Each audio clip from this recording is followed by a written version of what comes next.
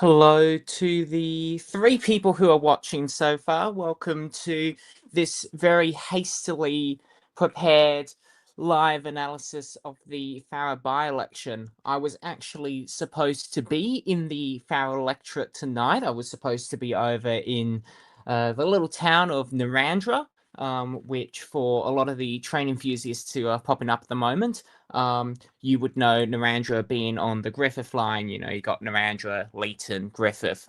There's also then, you know, from Junee, you got Coolomon, Narrandera, Leeton, Griffith, heading off that way. So I was supposed to be there tonight. Things went horrifically wrong on the way trying to get there, so that hasn't happened. So I am literally last minute setting this all up. But I thought that'd be, still good. I was gonna drive. I was gonna drive down there. So I'm setting this all up last minute. So apologies in advance if everything's all been hastily set up. That's just my end with that.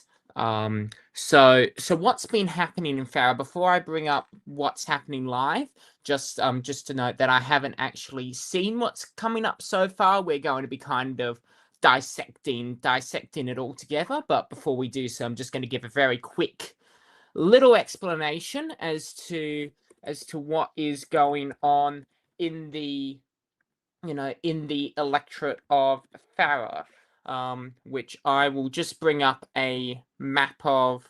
So I'll just bring a map of it up right now. Just stand by for just a moment while I bring it up. Yes, you're allowed to share the screen. I don't want to share the entire screen, but looks like I don't have. Do I have a choice? I should have a choice. Just this is what happens when you have to do it all so last minute. So apologies again. I'm going to keep apologizing probably throughout the entire night. Apologies that things aren't going quite the way that I was expecting things to be tonight. So now I can bring up your browser's blocked your screen. This is how bad things are going. Like this is even worse than how the ABC were during the 2025 federal election. Just goes to show. So here we go. Oh no, I don't want to do that. This is going to be chaos. I do apologize again. This is pretty bad. But yeah, so just as a bit of an explanation, normally I have this screen up, but that's also gone as well. It has completely shut down. It is completely non-functional, so I am in a bit of a pickle. So screen sharing is easiest with two monitors. Yeah, I wish. So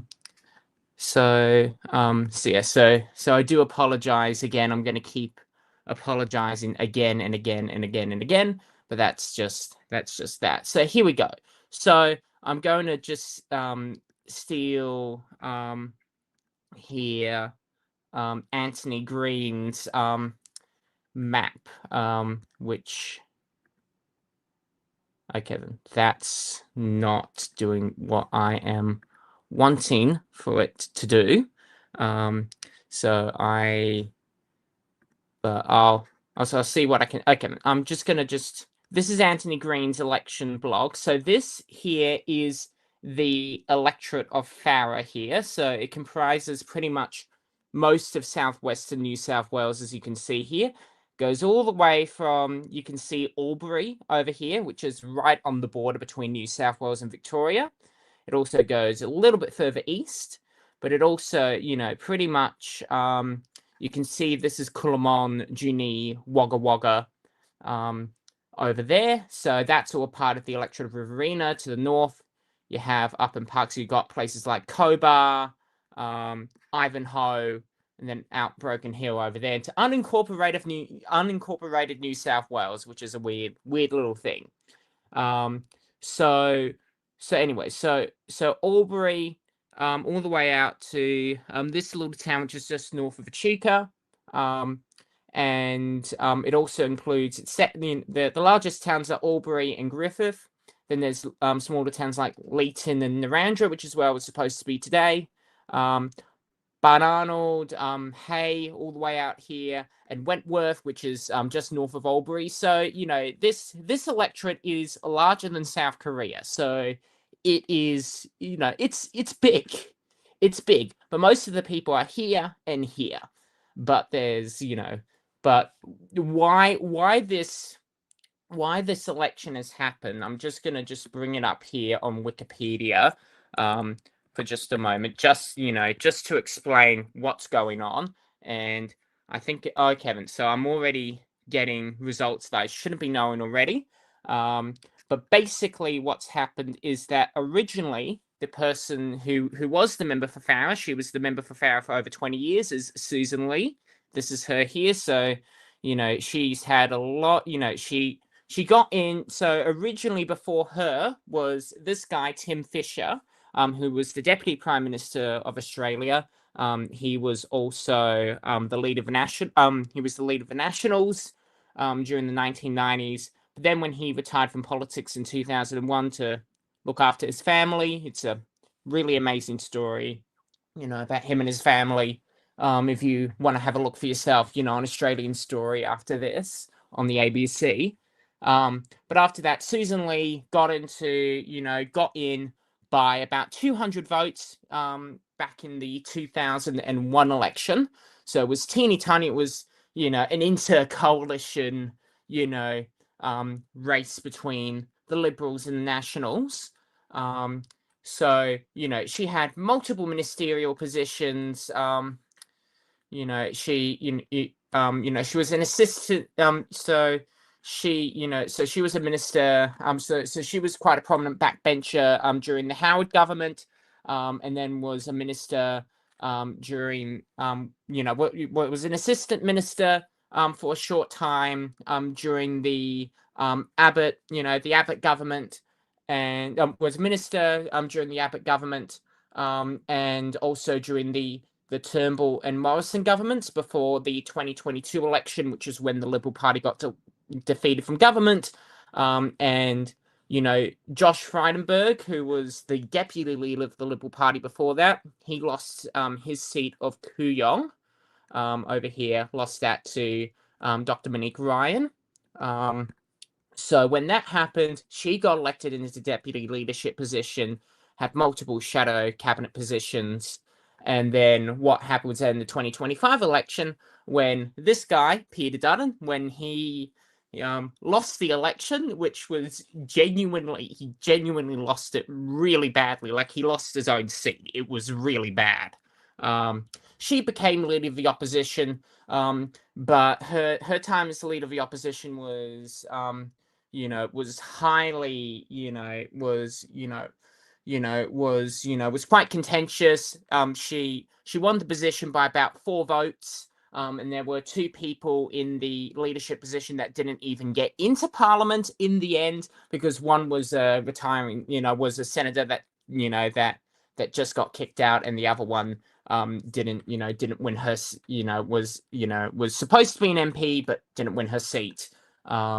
So she was the leader of the opposition for quite a little while, and then well, not quite a little while, a few months, like wasn't even a year. And then in February 2026, there was Barnaby Joyce defected from the Nationals, and there was this whole One Nation had their poll surge, and and then she lost her job to Angus Taylor, who's the current leader of the Liberal Party. That's him there.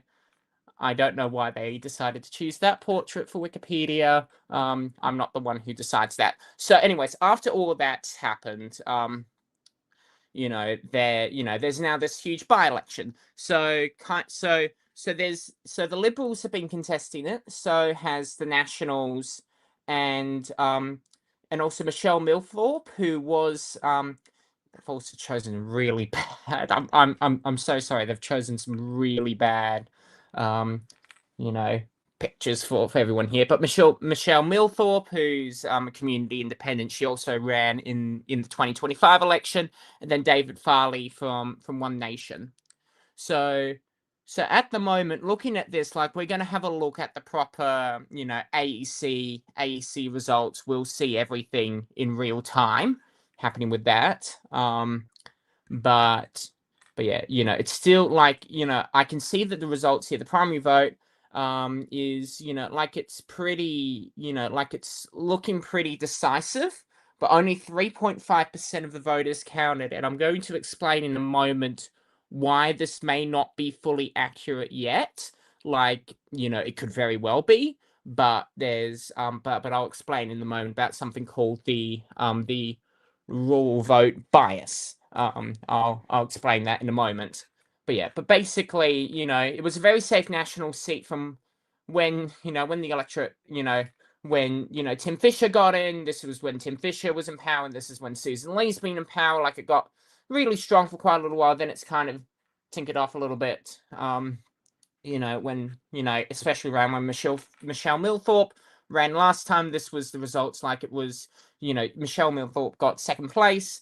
So, you know, so there's kind of, so there's, it's a 4-horse race. So you have the Liberals and the Nationals both trying to get this seat, but then there's also been One Nation, which has surged quite significantly in the polls, gaining a lot of the Conservative faction, which have been dissatisfied with, you know, which have been dissatisfied with some of the other centre-right parties. And then there's Michelle Milthorpe as well, kind of that community independent, kind of in the centre towards centre-left kind of position.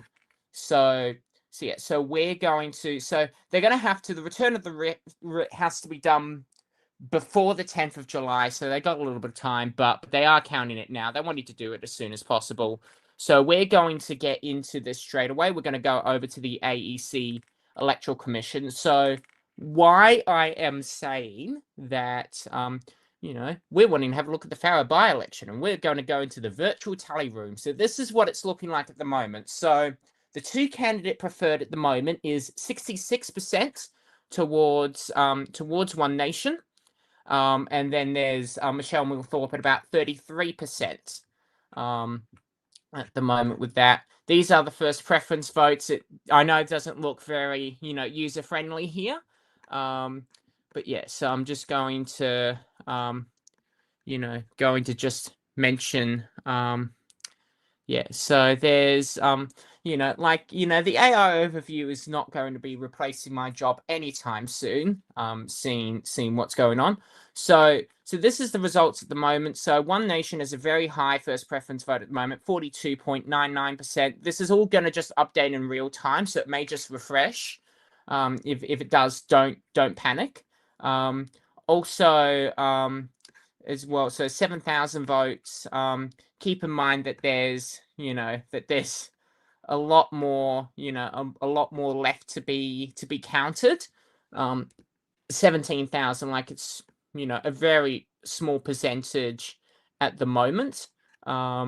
So yeah, so what's happening is that, so Michelle Milthorpe, 25%. Then you have the Liberal Party and the National Party. They've kind of split amongst each other towards, you know, 10% at the moment. But it's not going to, like, say in the UK where the votes get, you know, get split, because, you know, the candidate has to get over 50%. If it doesn't get to over 50% in the first preference vote, then, you know, then you kind of, you know, that's why, you know, when you go into your ballot papers, you put in 2, 3, 4, 5, 6, etc. And, you know, that then eventually makes this two candidate preferred count. Right here. So you can see that there's 124,000 people enrolled in Australia. It is mandatory to vote if you're over the age of 18. I wish that you could vote if you were under the age of 18, but that's not happening. So what we're having a look at the moment, you will see that at the moment there is only one place in Albury, which is Albury East, which is at the PCYC there. And then kind of most of the places that have, you know, put in their first preference and two candidate preferred counts already, they are in, you know, places like Gregory. There's only one place in Delinquin. Oh yeah, that's Delinquin. Only one of those spots. Derton, you know, these like teeny tiny little, you know, they're, you know, these like micro little you know, polling places, because it's such a, you know, because it's such a huge electorate. Like I was saying earlier, that it is the size of South Korea. So they have, you know, so they have these teeny tiny little polling places. But what happens is that these places, as you're seeing here, they're getting called up first. You can see Narandra's having their, you know, first preference votes already calling up already. One of the special hospital teams, you know, because you know, they go, you know, they have to like go off to like hospitals and aged care facilities to, you know, make sure that everybody is able to vote.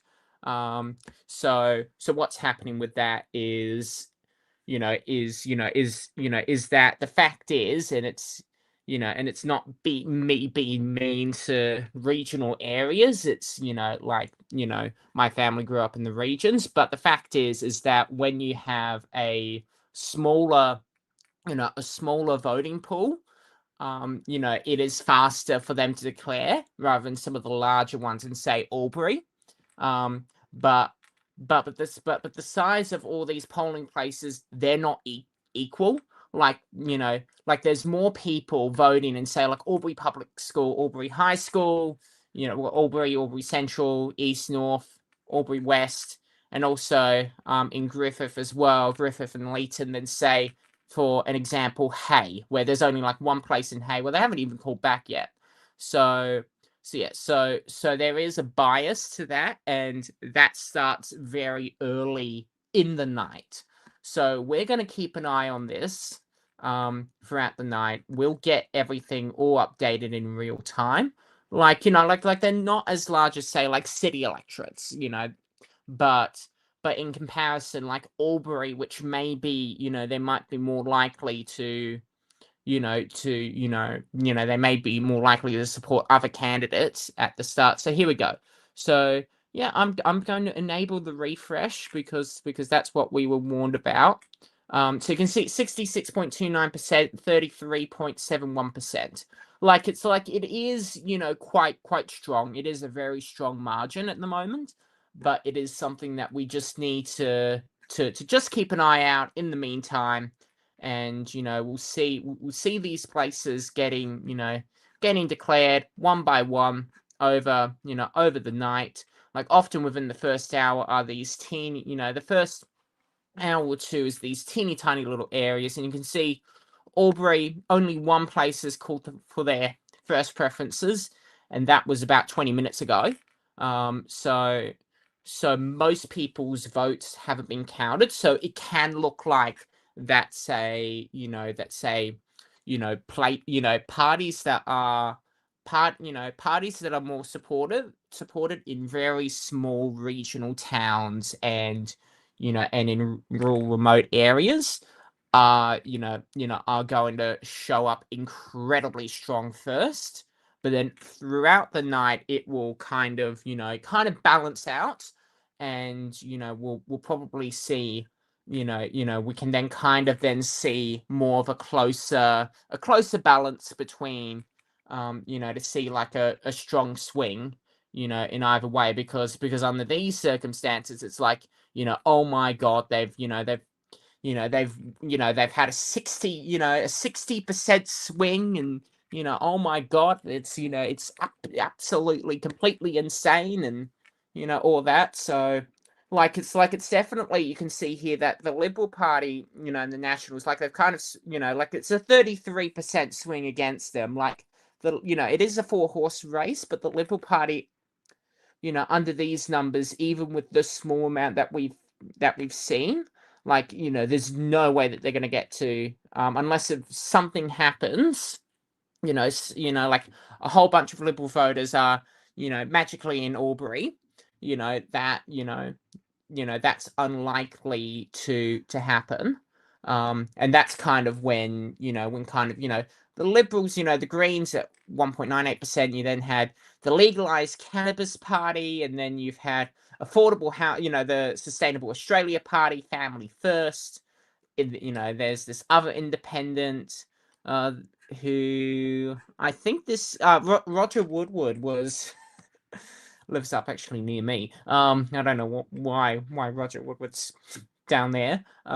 Shooters, Fishers and Farmers as well, 416 votes. Like, in the state parliament, one of the electorates nearby, the seat of Murray, that's next.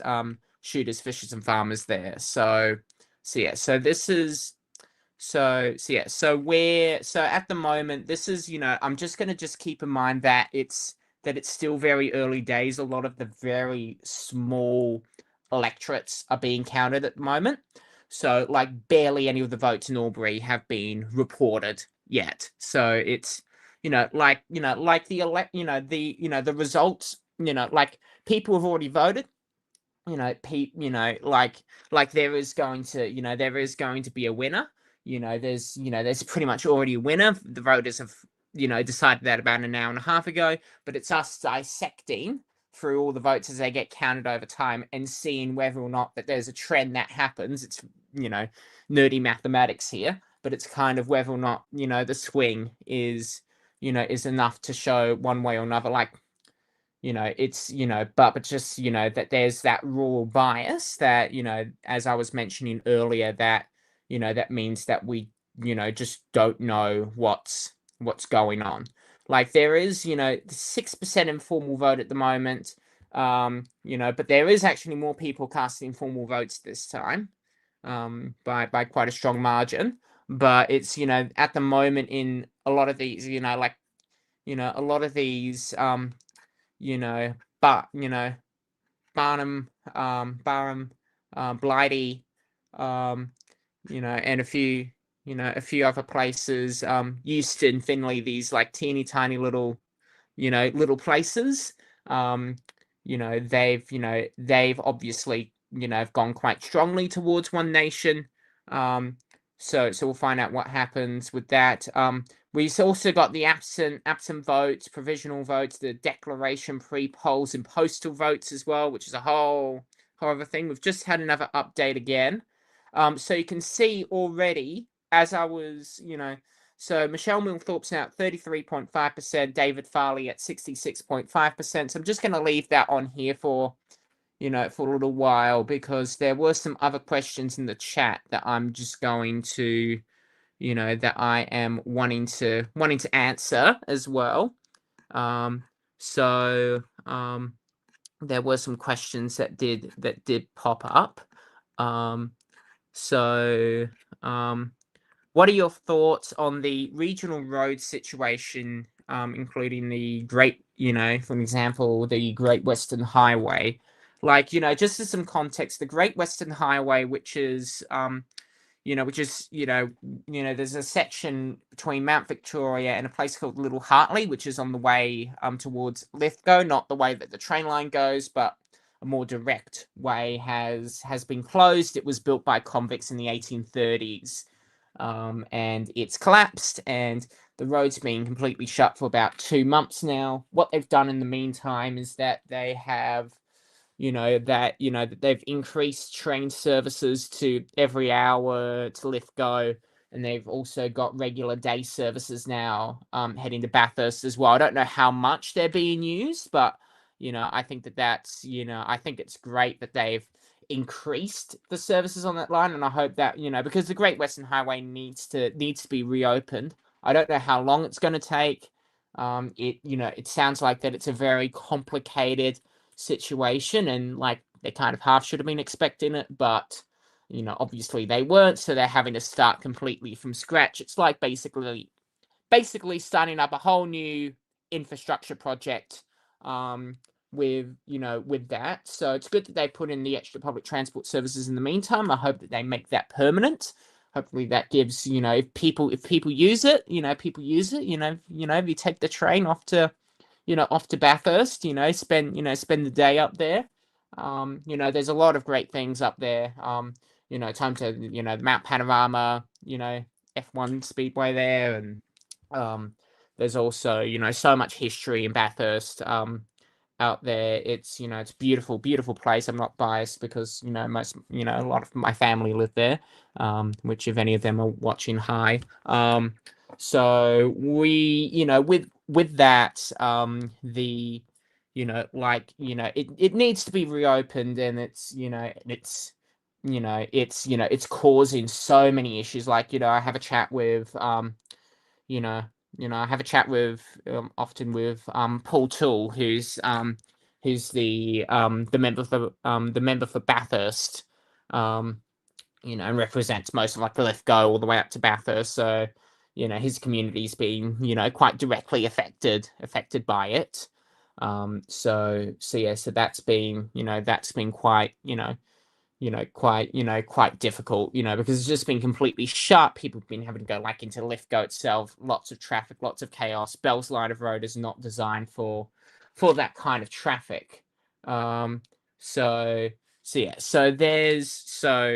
they need to get that fixed soon. Then there's also as well, and some parts of the New England Highway, or Seven Family, up towards Tamworth Way. It's pretty bad up there. And then also, the Newell Highway as well. And then there's the M39, A39 between Seymour and Toowoomba as well. So that's so I thought that might be so there's definitely a lot of upgrades needed up there, because it's shocking how a lot of those places are. In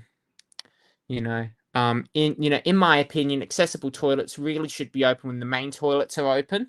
I agree with you. What's been happening with that is that most of, like, during the transport access program, a few, kind of like, for some people, they say, oh, well, it's, health and safety reasons, we don't want to, we don't want people going in there who aren't supposed to be going in there, bashing up the toilets and all that, which I get, but it still means that, for a lot of people with a disability, toilets that they rely on, being, locked up. So, now, you've been noticing that it's just reloaded again. The two candidate preferred. I can't say two party preferred. Liberal, Labor, all that. It's two candidate preferred. In this situation, you'll notice that the two candidate preferred between David Farley and Michelle Milthorpe. You'll notice that the swing for David Farley has decreased.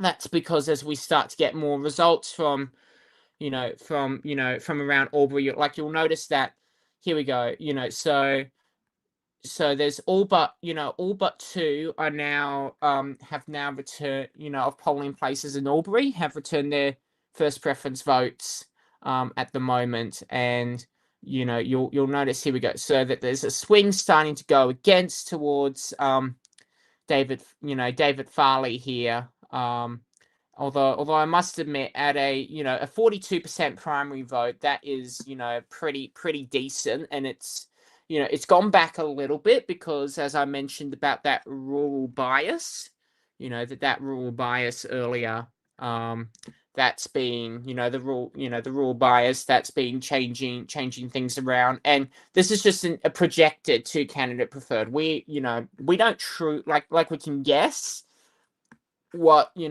say the Liberals, the Nationals, where they're going to put their preferences, to and from.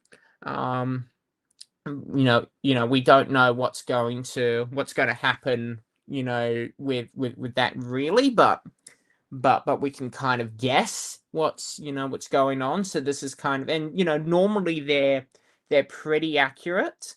But again, we're still, there's still quite, we've had 27,000 out of 124,000 now. So it's One Nation is definitely, like having over 40% of first preference votes. That's quite strong. If it goes under 40%, that's when you kind of, where it becomes, a little bit more danger territory for them. But we don't know what's gonna happen. If it goes, if the primary vote stays, after all these, larger towns, like Albury, all the votes in Albury, everything in Griffith, everything, like Leeton's nearly done. And also that there's a lot of people who have also, done, they have also, there's a lot of people who've done, pre-polls as well. It's the on the day votes get counted quicker than the pre-polls, and there's a lot of people who have done pre-polls rather than on the day. So it's really when we start to see, like, you can see, I'm going to highlight this Albury pre-poll voting center. That's what PPVC means, pre-poll voting center. and you can see Baronga, although I probably pronounced it wrong, I'm so sorry. Delinquin, we have the EAV Fara, which is the AEC National EAV Centre in Canberra. For people who are away, in Lavington here. So you can see that there's absolutely, there's one Lavington Public Schools being, has come up, has had, yes, they've had their first preferences here. But yeah, so it's still, so there's still, like there's, like most of those, as I said, this is a very strong, like I'm not going to deny that it is a very strong performance for One Nation, going from pretty much, nothing from from when I was younger to having this kind of performance in a lower house seat is quite strong. But again, there's that rural bias that is still taking place. Like it is starting to fade at the moment. That's why we're starting to see it go backwards. The question is whether or not that swing in some of the larger towns in the pre-poll is enough to, to swing it back. So we can see already, like we can see here right now, 62%, 37% for Michelle Millthorpe has first. Okay, it hasn't gone below 40%, but still that two candidate preferred is already pushing back because that rural bias that I was mentioning earlier, which by the way, you can thank this little guy on the screen. You can barely see him, but thank that guy Anthony Green for personally teaching me about the rural bias. So if you don't believe me, when I'm saying that there is that rural bias, that rural remote bias, this is it at play right now. So I'm keeping a very close eye on how this is going, and later on is then where we'll be able to kind of make a call later on this. But it's still, it's going to be very like One Nation is definitely in the lead at the moment, and quite strongly. Being over 40% of first preference votes, is enough if that trend continues, for them to win. But we just know that, it's too early to call. It's the news would call it too early to call, and anybody who would be calling the seat now would be out of their mind.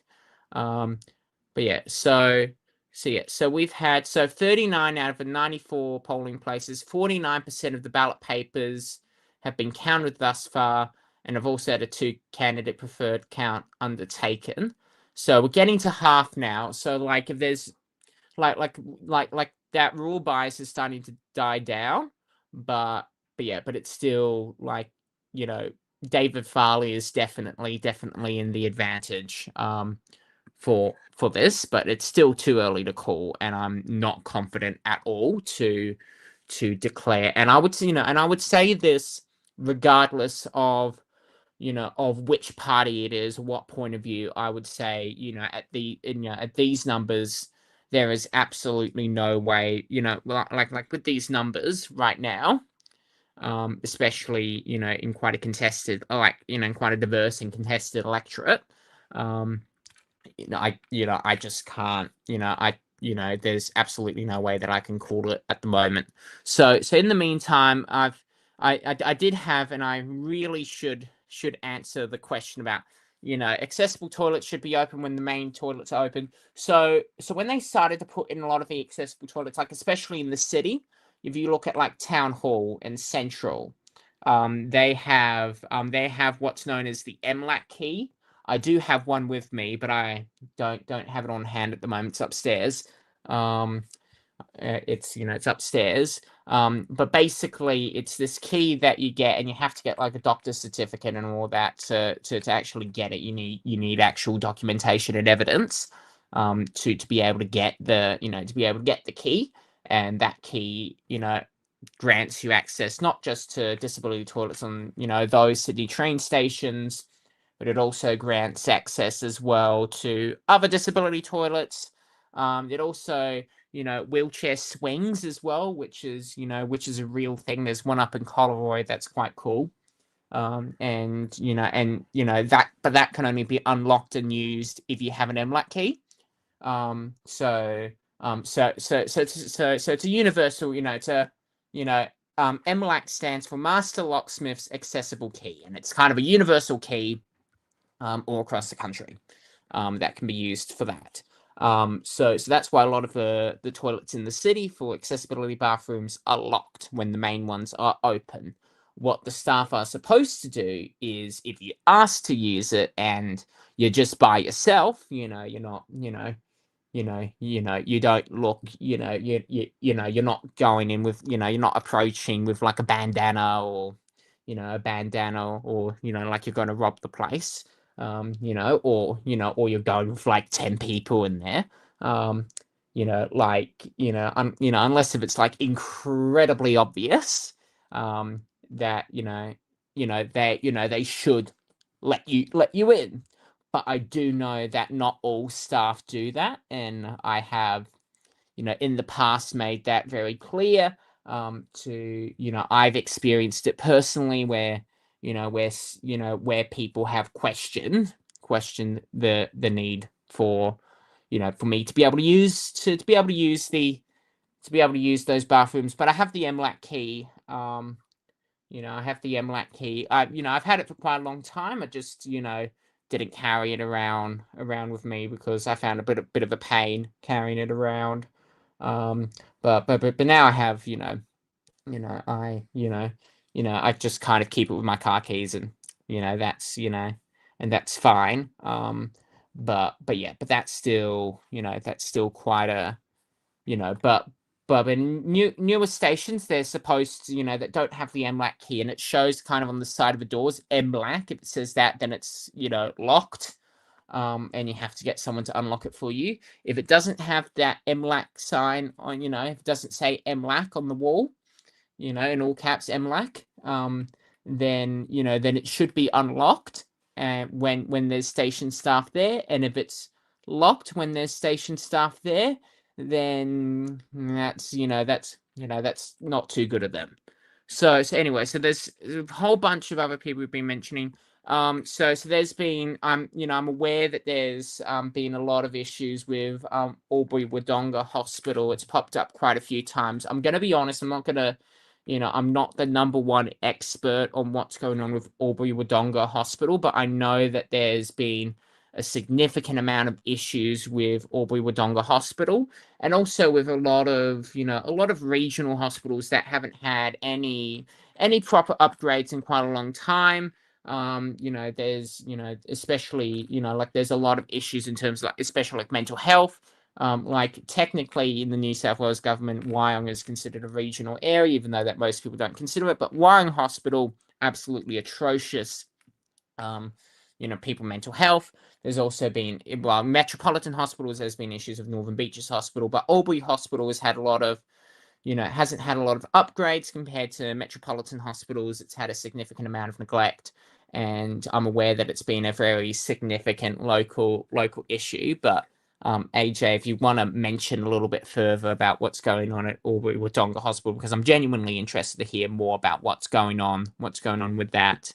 Now, I wonder what next federal MPs will resign, like some old MPs that might be able to resign, or they love the politician pensions.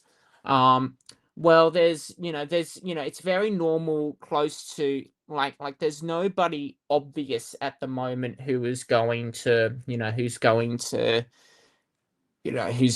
leave before the election off the top of my head. And then with the New South Wales state election, we're kind of at the point now where if anybody was to leave state parliament, and also with Victoria, they've already gone, like the Nepean by-election is probably going to be the last, that happened a few weeks ago, that the Liberal Party retained that seat. They probably will not, like there probably won't be any more by-elections in Victoria, because there's kind of a point where there's just not enough time for, when the writ is declared, to have an election campaign and the writ to be returned, and then basically you would have like, someone in the job for like a few weeks, and then there'd be a whole election again, and they'd all have to leave and it'd all start over again, and it caused so much frustration where they just go, the seat will just remain vacant until the next election. There's kind of a few months before the election, normally just before Parliament is dissolved, where where there's, because often Parliament is dissolved a few months, like often about 2 months before, like there's already a date for New South Wales Parliament will be dissolved by the end of the year. And then I think I think I have the week of when they're going to. I'm just double checking on my calendar. I think I had it up here somewhere. It's sometime, I think, around September, or I may not have put it in here, but it's sometime around August, September, where Victoria Parliament will dissolve and they'll go into an election. Like, what's the point of having a by-election, say in, August or September, when when they won't even be able to get sworn in into Parliament on time. So but federal wise, there's no one obvious who is going to. There's no one obvious that's going to, that's going to leave. There's no one obvious that's going to leave right now.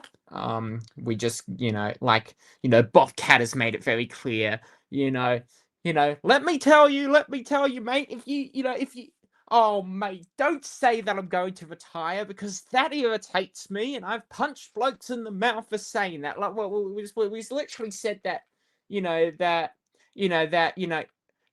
he'll retire when he when he plucks the clog, basically when he dies. When he dies, there'll be a by-election. That's pretty much what he said. He's very intent on, on staying for as long as he physically and mentally can.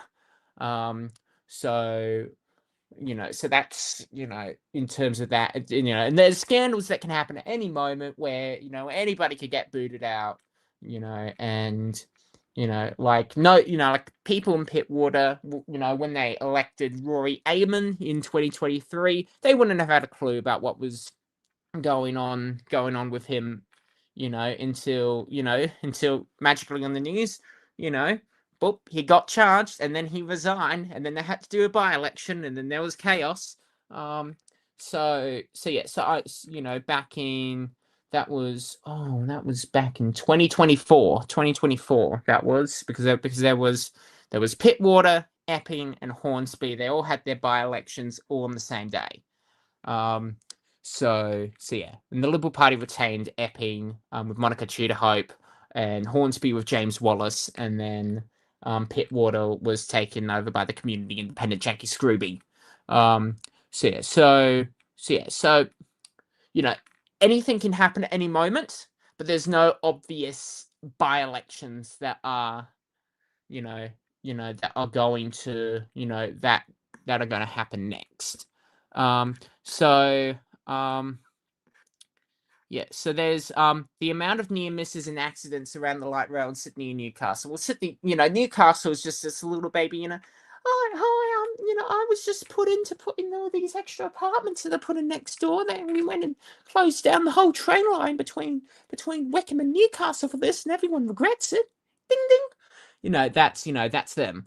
But there's it's. I don't think people have gotten used to trams at all. New South Wales, and in Victoria, there's always chaos with the trams, anyways, and they have, there's people get run over all the time because people, because in Melbourne there's a lot of tram stops where there's not even any platforms at all on there. They just open up onto the road. The law is in Victoria, and it used to be the law here in New South Wales back when we had the trams back in the 40s and 50s.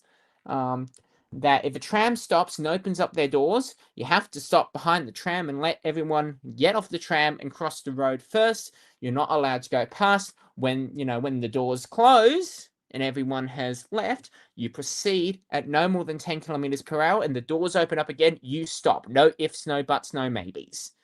But nobody enforces the law, and people get run over and killed. So it's there's people who just like we need more trams in in Melbourne, in Sydney, in Newcastle. Desperately need more of that. Medium capacity rapid transit service that that trams are able to provide. But people, drivers are stupid. I've been on the roads for about 12 months. I'm getting my green peas next week, hopefully, fingers crossed. That nothing else happens. Although my car's, my car gave up last night, so that's probably not a good sign. But yeah, but there's a lot of people who are completely idiotic on the roads, completely idiotic. Nobody's a perfect driver. I can't even say that I'm the world's perfect driver. I can't say that. I make mistakes myself, but as as a driver, we all do. Pedestrians as drivers of ourselves, cyclists, drivers, train drivers, bus drivers, we all, and even, the metro train, the metro, the Ulster metropolises, even though they're not driven by, by by a human, their computers also mess up sometimes. So we can't say that for for certain. So I'm just going to there's a lot of there's been a lot of a lot of comments. There's been two people been commenting along here the entire time, which is great. Along here. There's also been Greenfield Hospital as well. I'm aware that there's been a call for a whole new site as well. As well, there's been calls for that as well. Yeah, and that's also, changing places as well, with the MLAT key as well, that allows you access to that as well. Although there's quite a few changing places that no longer require the MLAT key anymore. It's but the MLAT key, especially for people who don't have, there's a lot of people who don't have the MLAT key, but do have a disability and have a good reason to use a disability bathroom or to use a unisex, unisex bathroom. They're unisex accessible bathrooms. There's a whole bunch of reasons. Most of the time it's for people with a disability, but there's also a whole bunch of other reasons why people need to be able to use that bathroom. Not all of them have MLAT keys, and that shouldn't be a barrier to you being able to access the bathrooms, and there shouldn't be anybody questioning, especially getting aggressive. Like my least favorite accessible bathroom by far is Circular Quay station.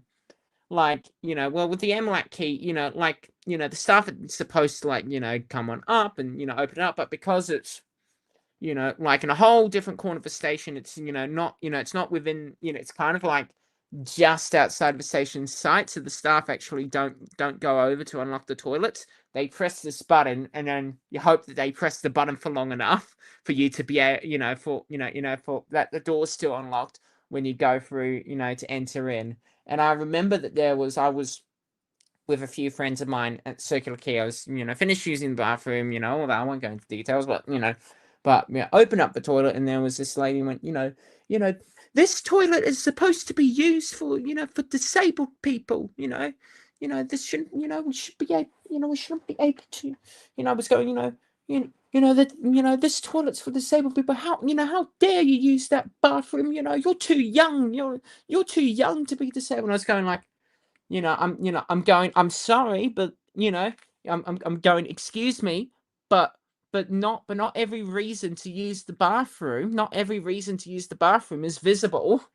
And that got a lot of attention, and that got people who were there, that got a lot of attention. And and she very quickly realized that she wasn't winning the argument. But I was completely, I actually, broke down. I broke down in tears. But yeah, and then there's also the bathrooms. There's those ones, but there's also over opposite Wharf 2 other ones, and you have to do like this phone number will go up to the station, and the phone number often doesn't work. It just goes to voicemail, and it's really annoying. And it's really annoying. But yeah, but there was this lady who was like, but I completely broke down in tears because I was like, why do I need this much aggression for just going to the bathroom? I'm just going to the bathroom, like anyone else. But just because of my accessibility requirements, I need to be able to, use the accessibility bathroom. It's not I don't need to explain as to why I need to use it. I don't need to explain to everybody on the face of the earth. Like I'm an open book. I'm very happy, I'm very open to talking about these kinds of things, but I don't need to explain it to everybody all the time, especially somebody who is being aggressive and inappropriate. Um, and luckily there was a lot of very supportive people on that day. But yeah, but it definitely did shake me up. And then there's been times like at Westfield, the disabled bathroom is supposed to be used by disabled people. You're too young to be disabled, and that, and I just go, not every disability is visible, that, and that's that.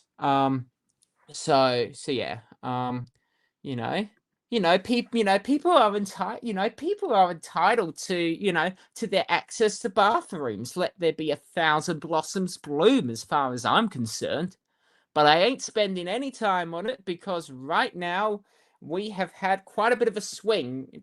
If you've been keeping an eye on this, um, for those who were here earlier, you may have heard about me talking about the rule bias, which I, learned from this guy, right here, Anthony Green. There he is.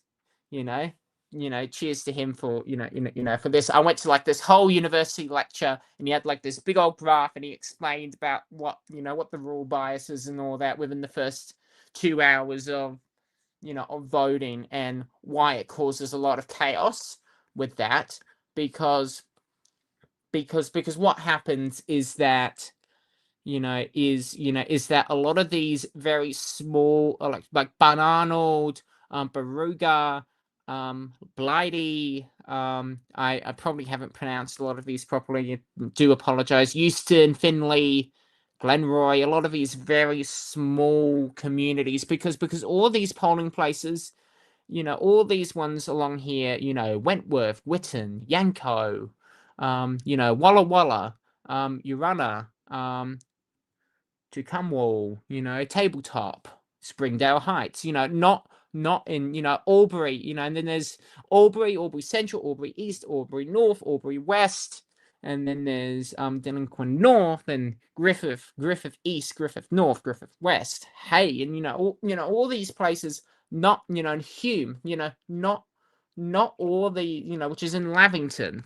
over here. And there's, so there's all these, there's kind of all these places, there are all these different places on here, that there's all these places on here that that have on here, a lot of, there's a lot of places on here. I think I may have just gotten everybody to leave by mispronouncing, so many places in southwestern New South Wales. But yeah, but all these places, they're, not like, you know, the electors that use these polling places, they're not all the same. They all have, there's different people doing different things at different times, and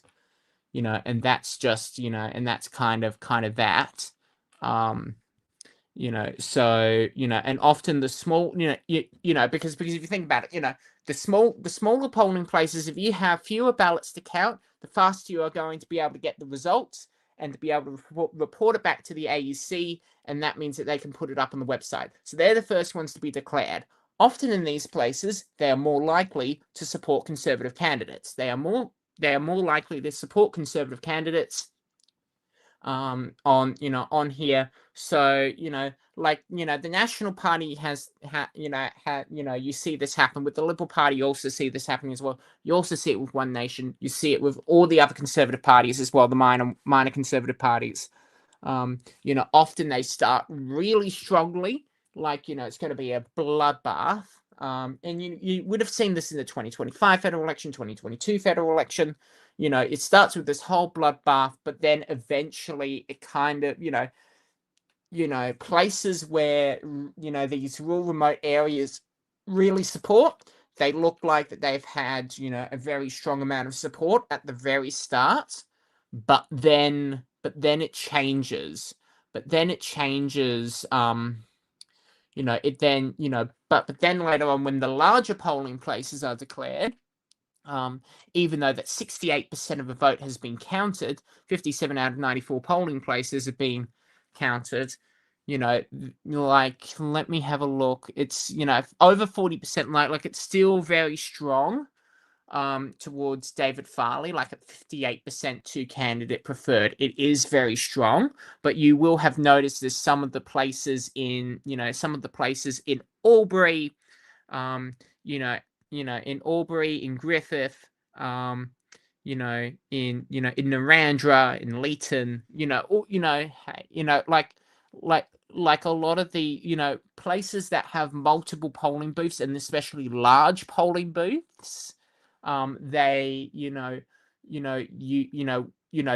they take longer to count because they have more ballots to count than in other places. So eventually you get to this position, where then all of a sudden, there's all these, all these other votes that have been counted, and then boom, it swings the other way, and then people go, oh my God, this is crazy, it must be rigged, the system must be rigged, when no, it hasn't been rigged. No extra votes have been, put in there. It's just that the smaller polling booths take, the smaller polling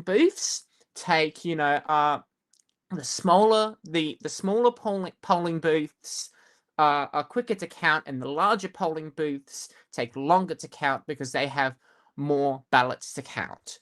So you have that bias at the start, which is why it looked like 65-70% towards One Nation, but then now it's swinging back towards the other way. Like David Farley, One Nation could still very easily win this. He is, he is definitely ahead in the polling, count. And unless if there's also pre-polling nowadays is very much pre-polling also takes longer to do. They don't like on the day, counts are quicker, are much quicker to count than pre-polling, and especially postal. Postal can take up to 2 weeks to count. So if you have a very tight race, it can take up to weeks to to do, to be able to get, and to be able to get a clear result when it's close. But yeah, so I'm not in a position to be able to say that David Farley has won. Like, he is definitely ahead, well and truly ahead. He could very easily win the seat, within the next hour. But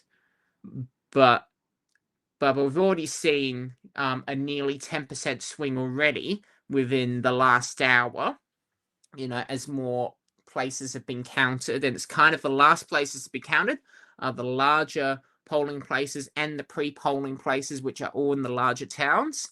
And this is, this is where it'll get interesting. This is where, where it could very, very easily change. So yeah, so just going to read this comment. I use a Hidden Disabilities Sunflower lanyard when I'm out and about as well, but there needs to be more awareness with the general public. You you're right with that, and also especially staff training. Like I really wish that they wouldn't do online, that they wouldn't do online training. I really wish that they would that they would do it, that they would do it in person, but other people have other ideas, but online training is so easy. And I've seen the training module for myself. It is so easy for people to be able to skip if they really don't care. And and that and for especially something as important as and critical to customer service, station customer service, as helping out people with a disability. It's it is like I really wish that there was actually in-person training with that, and that there's no way of getting away from it. And and for there to be proper accountability when things don't go right. And there's also more awareness needed, general public, like I know, because it's kind of like I know to spot out people with sunflower lanyard, but I notice, but it's also as well, there's a lot of people who as well kind of on the other hand as well, like I've had a lot of people tell me that you can see, Kevin, so it's gone down to 57%, 42, 57. So it's gone down, quite significantly to how it was earlier in the night. Like it is going up quite a bit, with the amount of votes that have been counted. Like One Nation is still over 40%, but their primary percentage has gone down. Like they are, David Farley is still the favorite to win, but it's still too early, too early to call. And I'm not confident in, especially because I only have this digital tally room to go by, which is, luckily it is reliable. But I cannot, I cannot say for certain, that it is going to, that it's going to win, that One Nation is going to win. Because again, I was talking about that raw bias earlier. If that swing goes the other way, with that, if the swing goes, then I really, that would be pretty stupid to go, One Nation has won, and then it flips around the other end, and then Michelle Milthorpe won. That would be, an extreme humiliation, with that, for anyone who, gets it wrong. It's quite a bit of a humiliation, and so I, like it's still, like it's not going as like with the swing rate, it could turn into, by the end of the night, kind of potentially 50-50, or 49 for, potentially 50-50, or potentially 49-48, for David Farley, although I don't think it will go any further than that. I don't think it will go any further than like 49-48. Like it will still be quite a significant portion of the two candidate preferred. But yeah, but Michelle Milthorpe, but there's also as well, if it just stalls now and ends like this, if it stays like this as we get, because it updates automatically every 300 seconds. So every 300 seconds, this will change. This will get updated, and and then it will, and then we'll have, and we'll see whether or not it keeps, like the trend is that it is moving, moving, that there's more of a swing going towards Michelle Milthorpe as more votes get counted, but but but it could also very easily stall. We don't know. They're still counting in real time. The AEC are still working on it right now. So we'll find out. And it also, like it's harder to use trends from from previous elections, unless if we because the candidates are quite different. Like you will notice that in the last election in Farah, which is by the way, these are all the how to vote cards. Keep in mind that with the how to vote cards, it doesn't mean that people have to follow that. It doesn't mean that they have to follow they don't have to follow the how to vote cards, although it looks like most of them have put the Greens last, which is I feel so sorry for this guy putting in last everywhere. But I just but I feel like that with with this, it's it's kind of a guide. How to vote cards is a guide for people. It's a guide for people who are supporting. It is a guide for people who are supporting the party. These are this is how we would like for you to to put in the ballot paper. These are other political parties that that we generally, higher up, we more generally support, and then all the way down at 12 is we really hate this poor Richard August guy, Richard August, this Richard August person, we're gonna, really hate this guy, really hate them, and we're gonna put them last.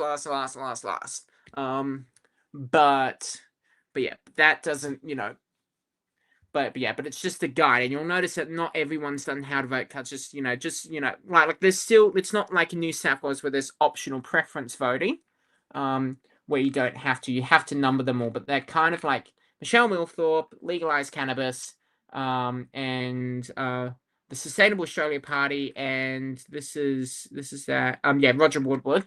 They haven't put in preferences for anyone. It's just, at least you put one for us, and then we don't care what you do with all the others.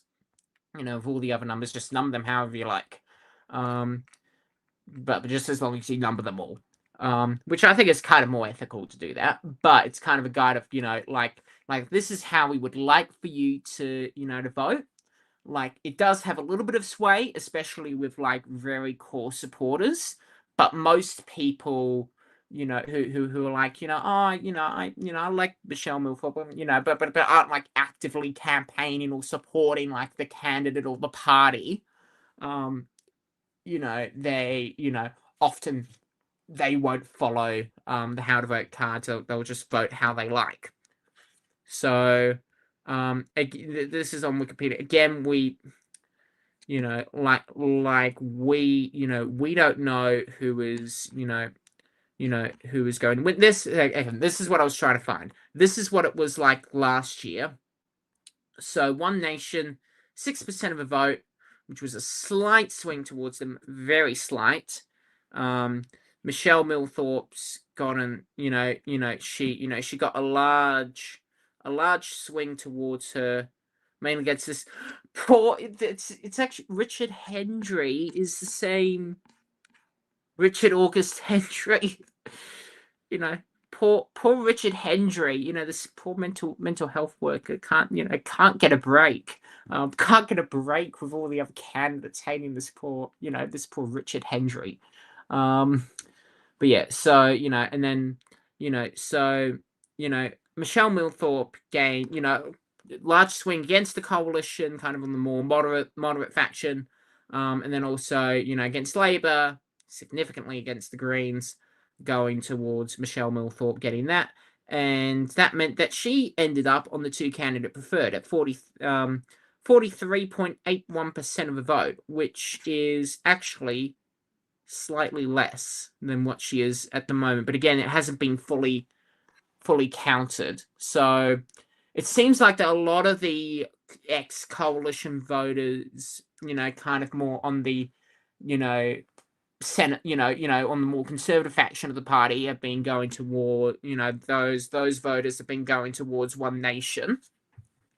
They've been heading off towards One Nation. I'm just seeing if I'm getting any updates in real time.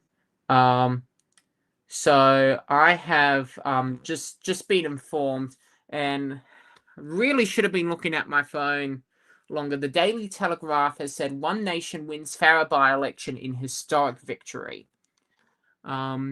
which could quite easily be the case with this kind. Like, it's 75% now of ballot papers have been counted. Has the provisional, the pre-polls, have any of the pre-polls, not that one, there's Albury, no, none. There hasn't been, but pretty much now we're at the point where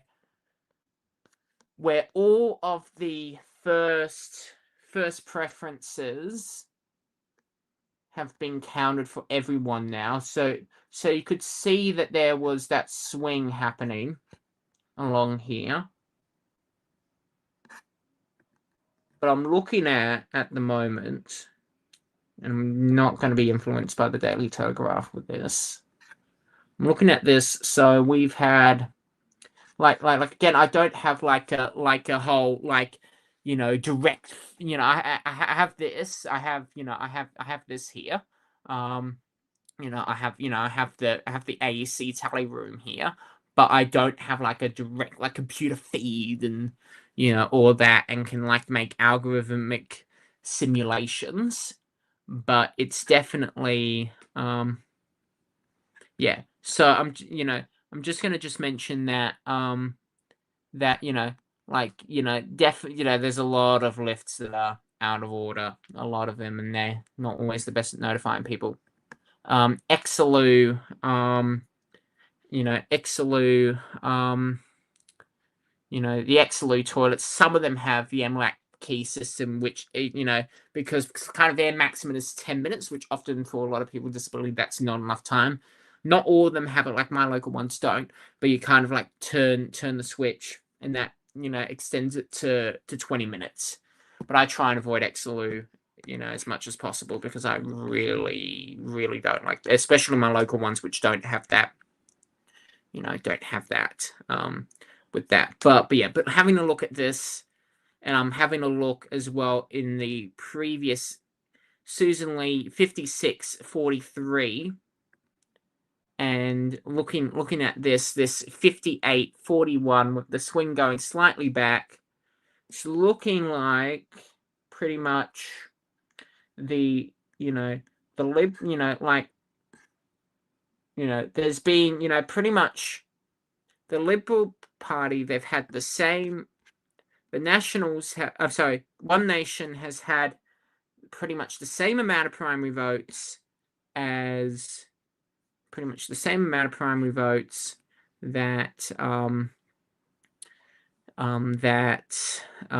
that the Liberal Party had. Keep in mind, Labour is not running. Labour is not running, so all this 15%, they got to go somewhere. So the Liberals have had a 31% swing against them, 11.59%. And then 34% swing towards One Nation. The Nationals, 9.61% on there, which is also gobbled up a little bit from probably the coalition. Michelle Millthorpe's had a higher primary vote, probably getting more from Labour, the Greens, maybe a few people from the Liberal Party. getting that 6% swing in the primary vote towards her. So she's definitely going to be, it's certainly, two candidate preferred. Has this been updated? This hasn't updated since 8/24. Let me reload this. 58%. Pretty much all the first preferences are being declared everywhere except for the pre-polls. 75%. So I'm just having a look at 85% now. Yeah, there's absolutely no way that, having a look at this, there is absolutely no way at 85% of the vote counted. And, One Nation's primary votes at 41.92%. That's over 40%. That makes it very easy for them with preferences to get over 50%.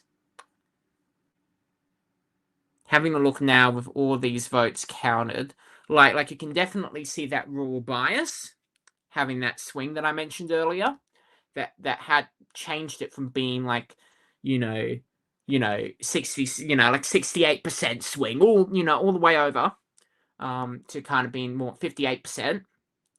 But with 85% of the vote counted,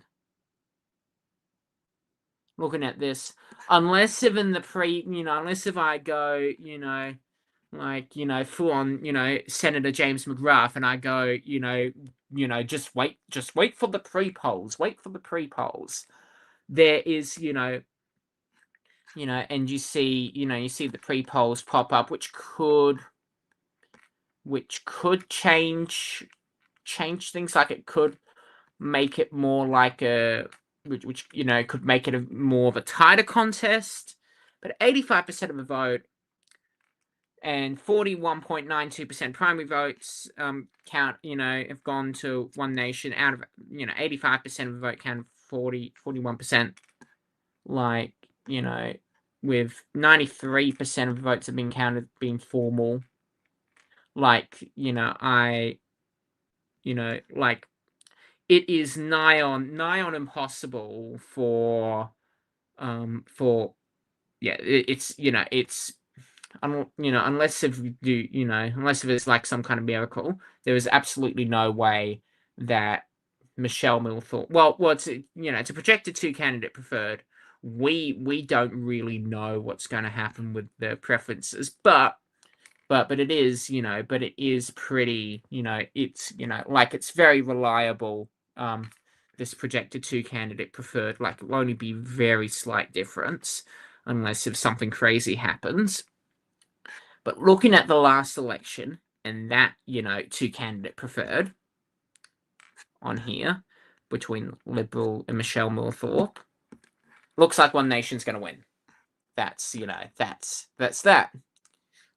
So in the meantime, I'm going to double check whether or not there's any election speeches that have either already been made or haven't been made. Kevin, there is one.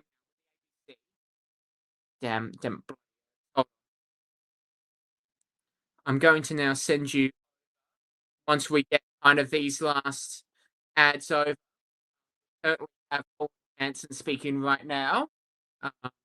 We have one right now. We're going.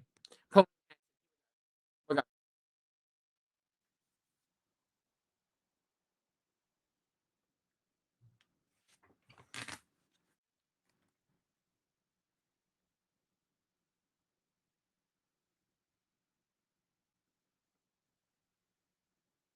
Hold on. We're going to just do.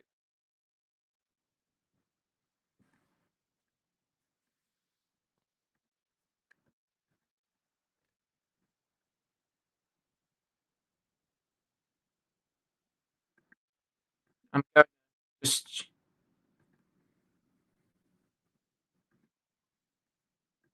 share the entire screen. I'm going to go. Yeah, there we go. Can you hear that? If you can hear that, they're doing an oi at the moment. If you can hear that, I don't know.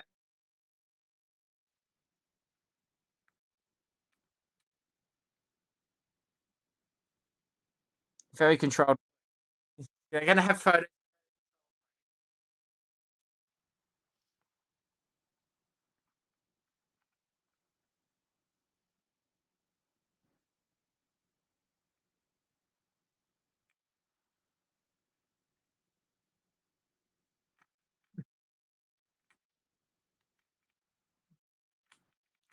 So, yeah, I'm going to see if I can replay that whole. Um, yeah, yeah.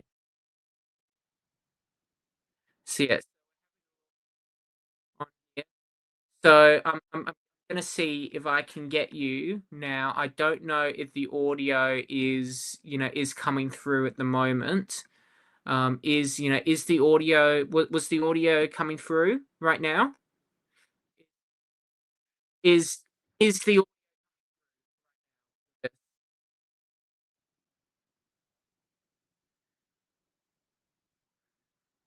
I don't know if the audio coming through right now. Okay, Kevin, there's no. Okay, Kevin, I'm very sorry. This has been extremely infuriating with this. Why is this not? Use Chrome if you'd like to share audio with your screen. Oh my god. Okay, Kevin. So I'm on Safari. Crap. Okay, Kevin. This is going disastrously. I'm probably feeling more distressed than Angus Taylor right now. So yeah. So I do apologize. Let me see if I can try and switch this over towards Chrome, although it probably won't like me doing that. So please just stand by while I sort that out.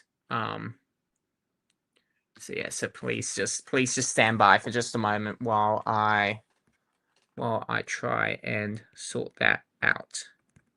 Here we go. There may be some weird things that might happen, so just stand by. So yeah, so please stand by for just a moment, because there's now going to be two of me. Help! I do apologize. I do that. Leap out.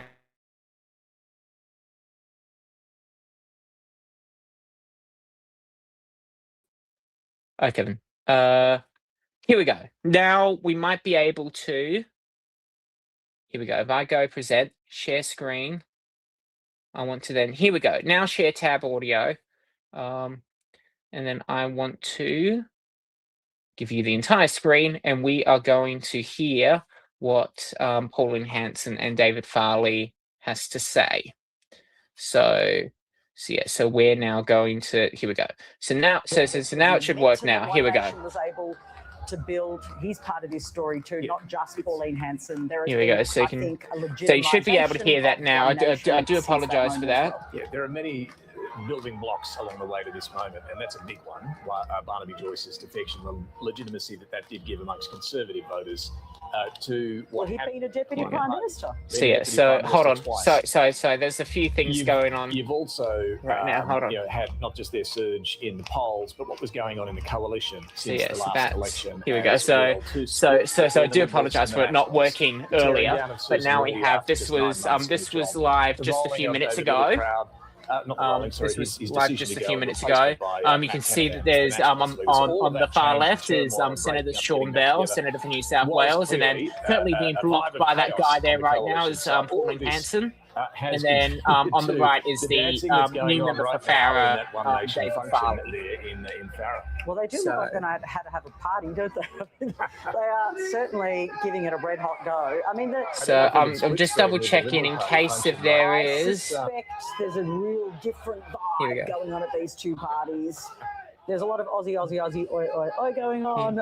Obviously, the there. celebration, Look there. is quite obvious. Yeah, and They then have won there's their first another senator, House seat yeah, at a Senator, time of all the great way at the very far upheaval. left is She Senator the Malcolm, giant killer, really, isn't Senator she? She Malcolm has Roberts been able over there, to and then you bring can a see movement Barnaby with Joyce her. all the way on the far right as I well. think this is David Farley. The member for New England, who's going. So there's going to be 2 One Nation members of the House of Representatives now.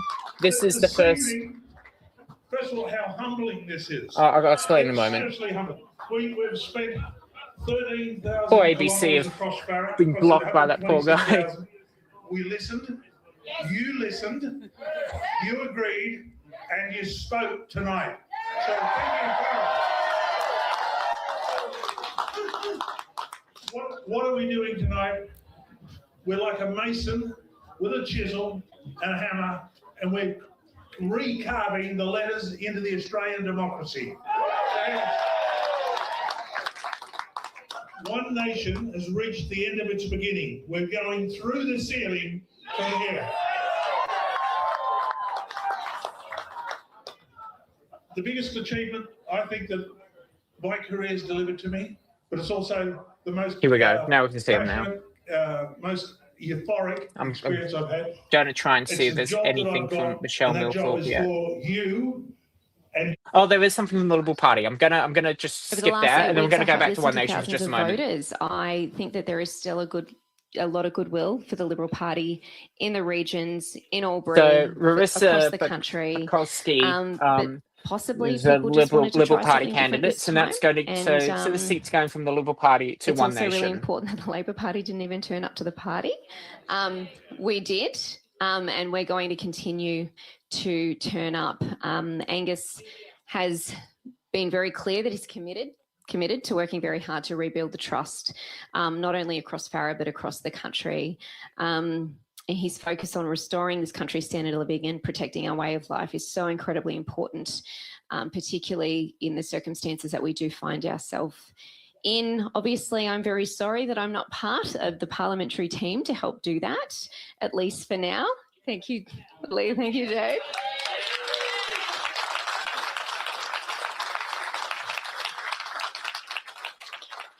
But I do genuinely wish Angus and Jane and every member of the Liberal team all the best. Our country needs a really strong opposition, and you guys are it. You can see the mood's quite different. So we really need to rally when it comes to the next federal election. I've been saying 2028. I don't even know if we'll get that far. But just about me, 2 months ago, I was a community lawyer, and to contest this by-election, I did have to give up my job, but I've actually gained so much more. I mean, I'm looking at faces in the crowd that I didn't even know before pre-selection, and I now consider so many members of the Liberal Party family. We've adopted a little one here around, little Darcy. He's ours now.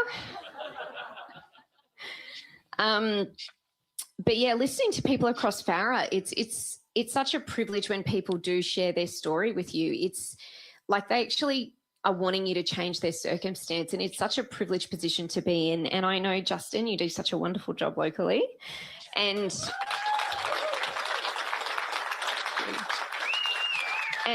obviously, hopefully, Steve, come November, 28th of November, Steve Martin in the room.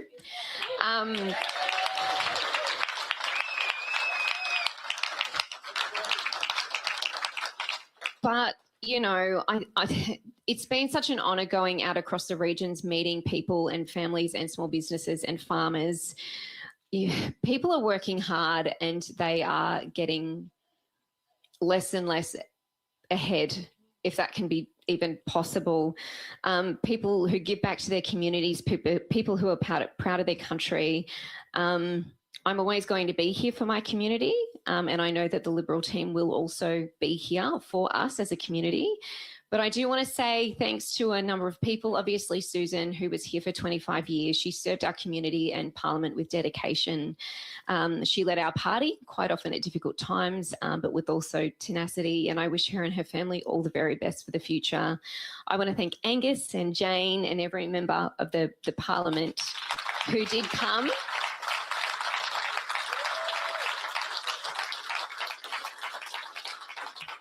the level of support that I received is something that I wasn't prepared for. It's been wonderful. And yes, every member of parliament that has come, but also I just want to give a shout out to staffers because you are equally as wonderful. And, you know, I think you guys do get forgotten, but it's really important that we do give you a shout out. I think we all knew that it was going to be a tough fight, but it's something that I'm willing to continue to fight for because we need to, and Farah is so incredibly important. Also, Tony Abbott, who sent me a text, who I think I can now call a friend. I've had a couple. And I'm not sure who got the bigger kick out of meeting him, myself or my parents. So that was really, really nice. Obviously, to the campaign team, Andrew Hurst, we know that this is his last campaign, and I'm obviously very sad and we weren't able to bring it home for him. Also, Mark Neame and the team at the Federal and New South Wales Secretariats. You guys have been amazing, and I can see you all because I've got my glasses on, right? You really have been amazing. The level of support you've provided has been just... I can't express how thankful I am for the experience and for trusting me with this. So, yeah, obviously, despite the result, I couldn't have asked for better support from not only FedSec, StateSec, from members of parliament, staffers, but all of the volunteers and all of the people who did actually vote. So also want to thank everybody in the Farah conference of the Liberal Party, everyone who has worked so incredibly hard, working long shifts at the polling booths, who have helped out in other ways during the campaign. It's so incredibly important, and I don't think I'll ever be able to thank you all enough. You know, we have, you know, people from the Young Libs, we've got people from Wodonga, the Victorian Party. It's so incredibly important that, yes, we are in a rebuilding phase, and I think, you know, as the Albury branch and as, you know, the FEC, we actually really do need to work towards unifying us and bringing us together so that we can actually be stronger as an FEC and having better friends over in Victoria, because you're all wonderful and you're just, it's just been wonderful and so enjoyable. Obviously want to thank my family, my mum and dad here.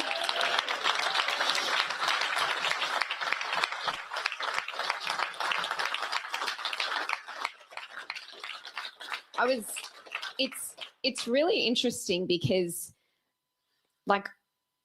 it really is the way that I was raised. Like, people think that like I'm an okay person, and it's actually, it's not me, it's the way that I was raised. And it's my family, and it's wonderful. And, you know, my brother, Adam, and sisters, and they're getting very emotional, so I can't look, stop.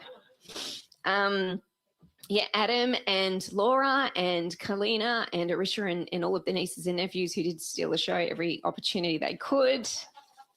But that's okay because we love them very much.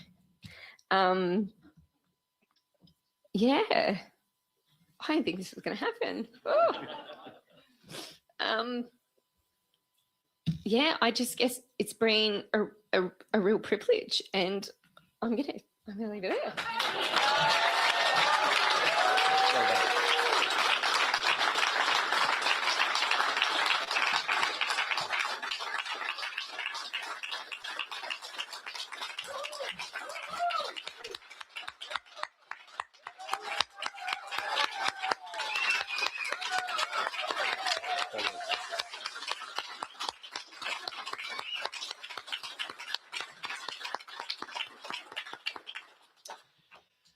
Well, so well said, Ray.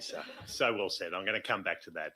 Can I start by saying very clearly that the people of Farah have spoken, and we accept the decision of the people of Farah with humility and with respect, of course. And congratulations to David Farley. It is important that this area be well represented, as Ray has said. It's such an important part of Australia. Congratulations to David and to One Nation.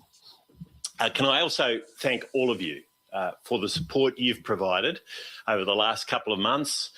So many people who are not here as well, but those who put corflutes up on their fences or in their front yards, who helped out on polling booths, a huge thank you to all of you. It's been a tough campaign. It has been a tough campaign, but the true Liberals are here and we're fighting. And I'm going to come back to this because we're going to have to keep fighting. We're going to have to keep fighting. But can I thirdly congratulate our absolutely wonderful candidate, Raisa. And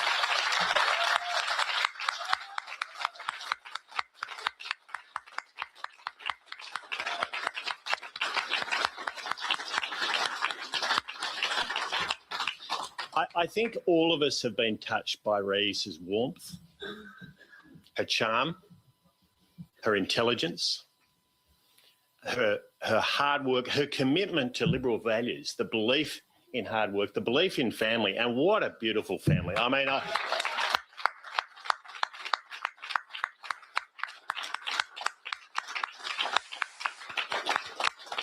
these are the things we believe in, and Raisa, it just all comes naturally. You know, there's two types of candidates, I always say. Those who you want to get in front of voters because every time they meet a voter, they're winning votes. And those who you've got to be a little bit more careful. Raisa is the first of those, let me tell you. And we didn't have the time we wanted. And if we'd got Raisa in front of a lot more voters, I know she would have got a lot more votes because of who she is and what a wonderful person she is. Now, this by-election was always going to be a mountain to climb for the Liberal Party. And we have to take away some hard lessons from this and from what we've seen since the last election and from the last election. For too long, we have been a party of convenience, not of conviction. And that must change. And over the last year or so, the coalition hasn't done what it should do, been united and stable and strong with two breakups of the coalition over that time. And of course, those days are over. One of the positives we can take away from this campaign is the way we work together with the National Party.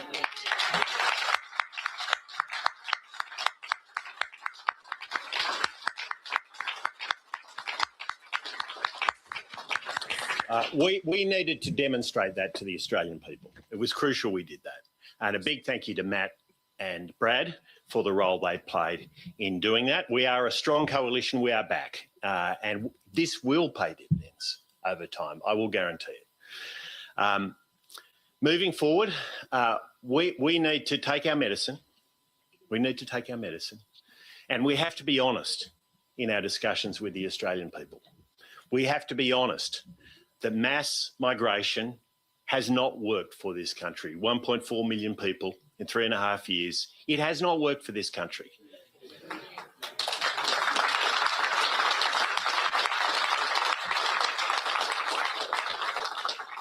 The standards have been too low and the numbers have been too high, and both must change. The net zero ideology that Chris Bowen perpetuates every day has driven industry offshore and has driven up the price of electricity for businesses and for households across Farrer and right across Australia. Our land, our water has been locked up and we haven't seen the drilling, the farming that we need as a country and that we will lock up. We will unlock in the future, and I'll come back to this in a moment. But we've also seen big government and unconstrained government spending hurting this country, driving up interest rates and driving up inflation across this country. And we need to be honest with the Australian people about what's brought this about. And the truth is, at times, we have been part of the problem, and we cannot be. We cannot be in the future. Now, we're going to see a budget in the next few days, and we're going to see more of this from a Prime Minister that's lied to Australians about taxes and spending, and no doubt he's going to bring forward taxes he said he would never bring forward. But we're going to be back here in Farrer. We're going to be back sometime in the next couple of years when we'll have a general election. And we're going to be back fighting hard. We're going to be back fighting for energy abundance, affordable energy for all Australians and for the people of Farrer. We are going to be back to unlock that water and those resources, those natural resources this country offers. We're going to be back making sure that we put Australian values at the heart of our immigration policy. And we are going to be back, most of all, fighting for Australia and for Australians.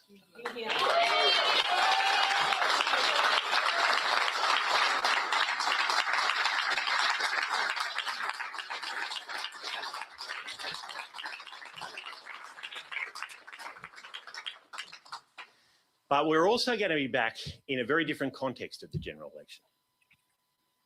And that will be Australians will be deciding whether or not they want another 3 years of a rotten Labor government that's been taking this country in the wrong direction. And we know in a general election, if the vote sprays, then Labor stays.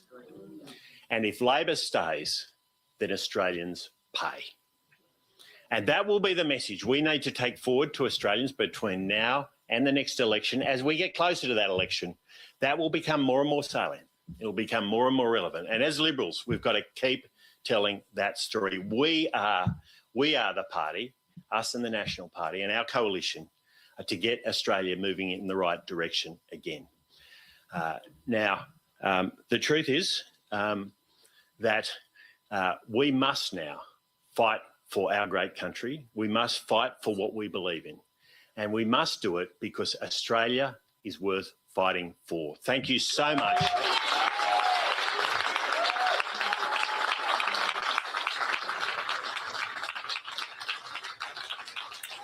Angus Taylor, the opposition leader there and the Liberal candidate Raisa Bukowski, who has managed at the moment a vote of just over 11% in Farrer, and historically terrible night for the Liberal Party. What we heard from Angus Taylor there, though, was not really a concession that he has done anything wrong. They didn't have time to climb this.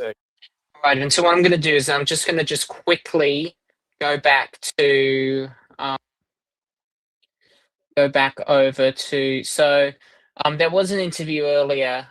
This is the Nationals here. So the candidate was Brad Robertson. That's not Brad there.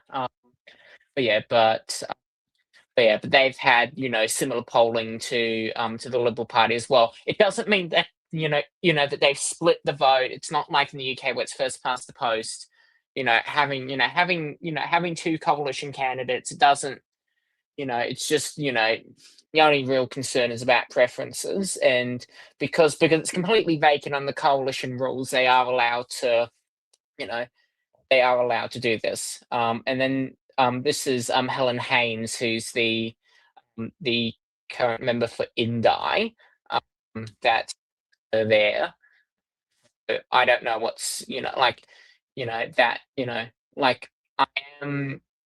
I don't know if there's going to be another speech by either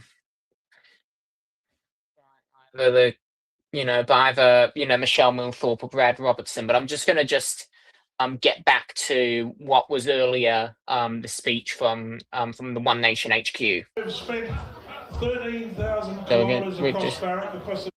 So we're just gonna just go back to the very start of the speech. Aussie, oi, going on. Obviously, the so did they Aussie, oi, and then we're gonna go back to the start of the speech. Lower house seat at a time of great upheaval. She is the giant killer, really, isn't she? She has been able to bring a movement with her. And I think this is David Farley. Thank you. And then we got this guy in the way, blocking the cameras. First of all, how humbling this is. It's seriously humbling. We've spent 13,000 kilometres across Farrer, across the 126,000. We listened.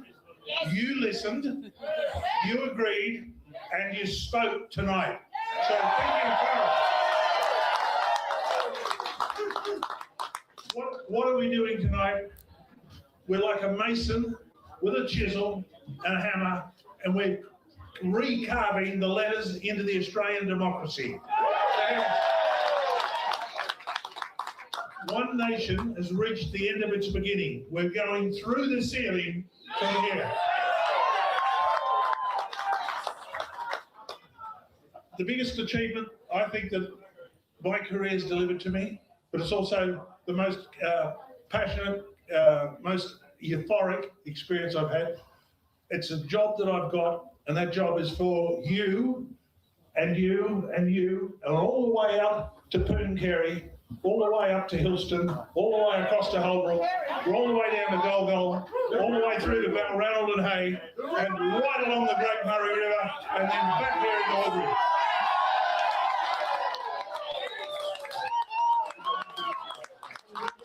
Okay. I've got 3 great ladies here tonight with me. One of the greatest, the second greatest, and my daughter, Emma.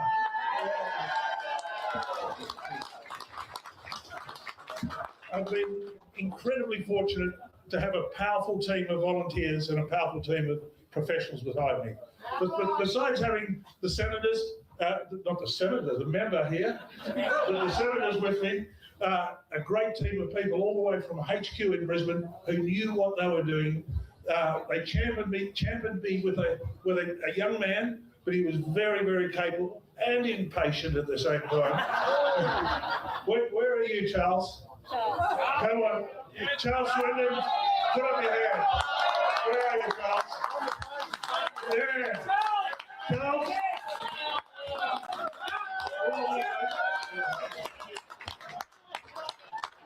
You know, I'm at one end of the age spectrum and he's the other, but there is the future of One Nation and the future of Australia. Very capable.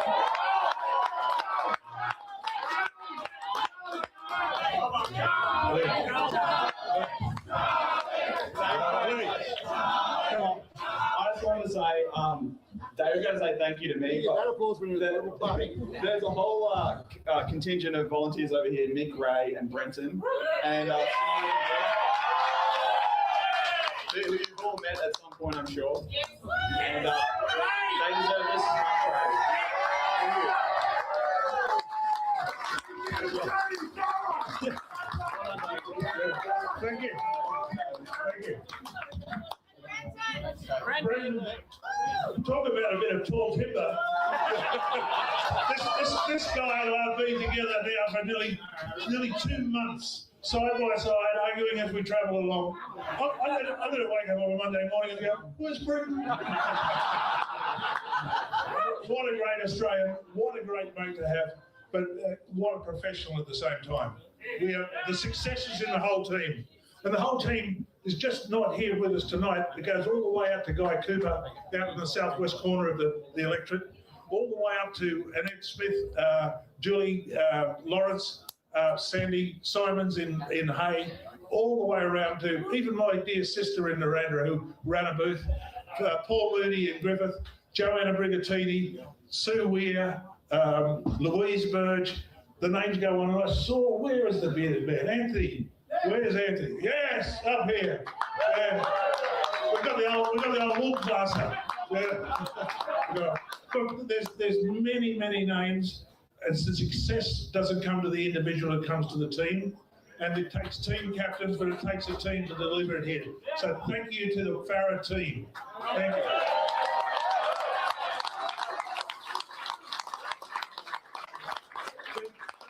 You know, everyone takes one for the team, and there's a great volunteer we had who had to take it on. And Alan Beale, are you here tonight, Alan? Yeah. Where are you, Alan? Yeah. Right. Well done, mate. Yeah. Well done. An Australian veteran as well. Yeah, good on you, mate. Thank you.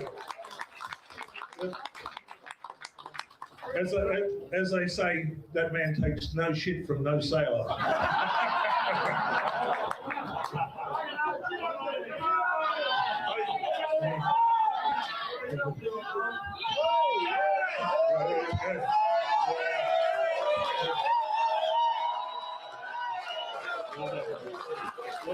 James Patterson, can I introduce you to Australia? Yeah.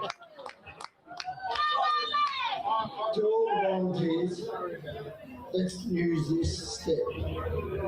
Build a network, and when we go to the next electorate, we all work together and we get this nation back.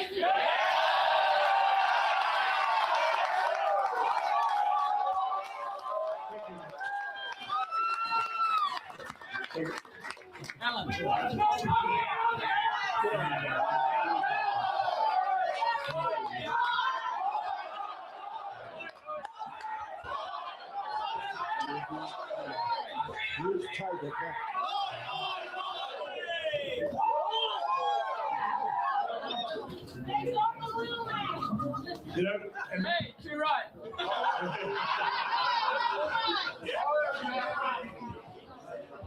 besides the energy, the commitment, the compassion from the volunteers, there's others out there, and we're quite proud to say that we've taken a campaign. They cost a lot of money to run. They're not cheap. But the good thing about our campaign, when you look at where the money came from, the majority came out of Farah itself. And, you know, there's no... We got it done. That's exactly right. We got it done. So a great thank you to all the people who have donated, all the people that have committed themselves to Farah, and more important, we're committing ourselves to you now. I look across, it's been a competition. There's been no other speeches made so far. We'll keep going with this. They fought well. I'll say thank you. They fought well. Did they fight clean? Well, that's up to you to determine that. Say that again. Right. But there was one gentleman in particular, I really enjoyed his company. He was a real Aussie, and that was Gary Papper. So, Gary, well played, well fought, and mate, we'll see you back on the hustings again, I'm sure. So what is our job now? Yeah, that's exactly right, and that's what we intend to do. We're going to focus on a couple of really big things that we can do immediately. We want to get the cost of living down. And our first target, we're going to start there, is on this damn net zero program.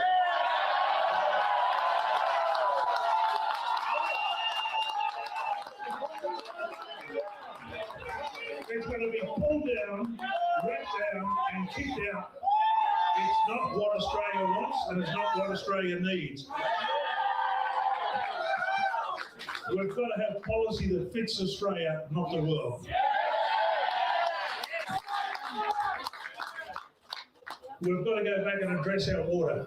The water needs to be ours.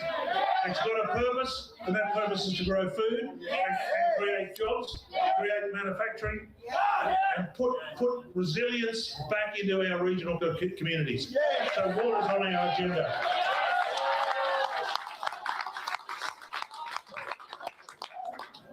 The responsibility of any government is to look after the health of the nation. That's you. Not the financial health, but it's your health, your family's health, and your generational health. All right, we'll come back to the One Nation event once we hear from Pauline Hanson, David Farley going through a list of And then they interrupted the everyone. winning candidate in this Farah by-election. PK, we heard David Farley earlier. So One Nation has reached. Oh, wow. Oh, I can. They did have Michelle Morthorpe. I'm so sorry. There's been a lot of. Here we go. They've just had. Here we go. So there's a blanket thank you to so many people because I know everyone in this room. We're going to go to Michelle Morthorpe, then we're going to go to Pauline Hanson, and then I've been able to also secure an interview with someone else later on. So, live. So. Are so very important, and I wish I could hug you all right now. Sorry. So, firstly, thanks to Voices of Farah. Thank you for giving me the opportunity.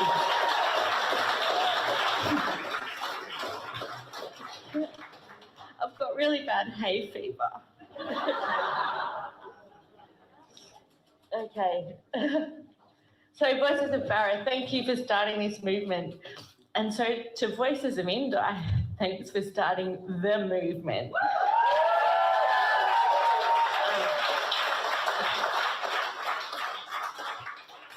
To Kathy and Helen, my scary fairy godmother and my fairy godmother, thank you so much. I couldn't have done this without you two. Your calm advice and wisdom has just been so helpful.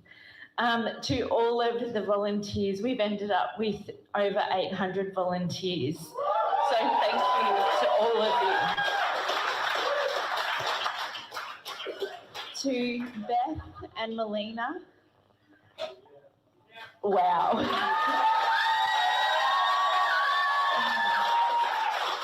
We were a bunch of novices and we just got shit done. To the volunteers from last time who continued this time, to Di, Judy, Peter and Robin for organising all the stuff in the hub.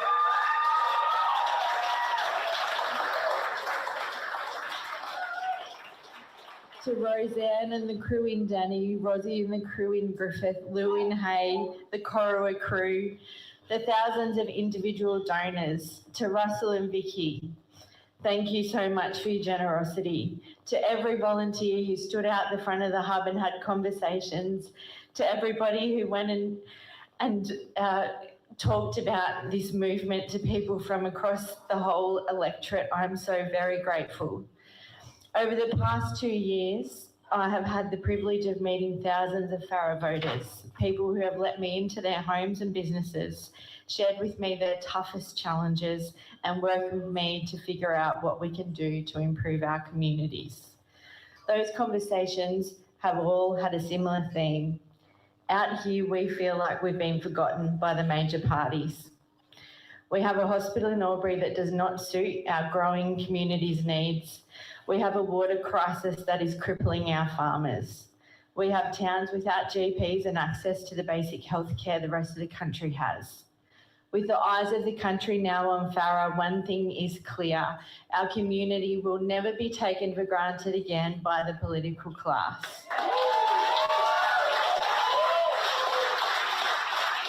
Michelle Milthorpe, there And then, speech, and a similar theme that we heard from a number of those. you know, tonight, I wish this that I community had can never be taken for granted. Clearly, that had has been a access. powerful message. I So, certainly put up there anyways, we're gonna go over to Yep. Pauline Hanson now.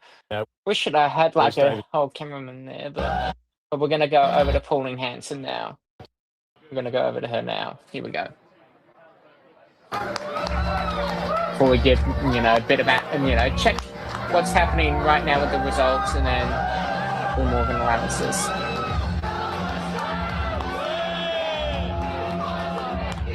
So I think as we wait, an interesting song choice. You're the Voice. It was the theme of the voice referendum. Yeah, that's right. John Farnham actually gave them permission. But you're actually seeing Pauline Hanson dancing on stage. Well, There's a dance. Yeah, absolutely. And you can just see the excitement there for Pauline Hanson, who, as you mentioned earlier, has been through a lot in her long time in politics, has often been written off as the fringe player. But here, winning a lower house seat, you can sense that vindication coming through the screen there, can't you? Well, it's the coronation of one nation in the lower house, isn't it? I mean, this is a big victory for her and also a big vindication of her recruitment, I think, of Barnaby Joyce, who she recruited, who was obviously very disgruntled with his trip in the Nationals. I think there are so many recriminations and so much soul searching about the loss of Barnaby Joyce, who David Littleproud had really ostracised in many ways. That gave him a permission to go and seek another political party. There was a tangible difference to that recruitment. And I'm just gonna, because we want to hear the speech itself. Barnaby Joyce's defection. Just 9 months. Or in the have job. I? The rolling of David Littleproud, not the rolling, sorry. You and you and Hold you. on. Oh, all hang the on. way up. I've put in the wrong time. I'm so sorry. Here we go. Now we're gonna have. So here we go. Wish I Speech. had all this in real time. Here we go. It's a win for the rest of Australia. I'm seeing the sea of these proud Australian faces here in front of me, hundreds of you, but millions are watching on your TVs now, and I believe it's giving them hope. People here to represent you, the people, to get our country back. And that's what we've done. It's been a long journey for us, and I'm very proud to have our federal members of parliament here join with me. We have been a great team working together, and very much so for your benefit and for our future generations. David has outlined quite a few of the issues he wants to address. And I spoke to him today about the first one we're going to start tackling is the agricultural sector in this electorate.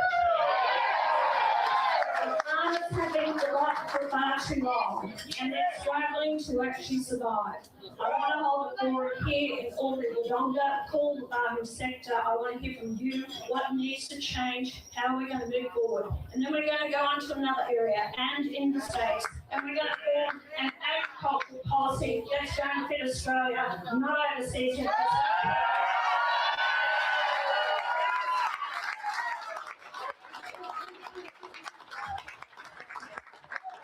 They are the backbone of this country and the mining industry, and I will be releasing my gas policy after this week coming, and we have consulted with the gas industry.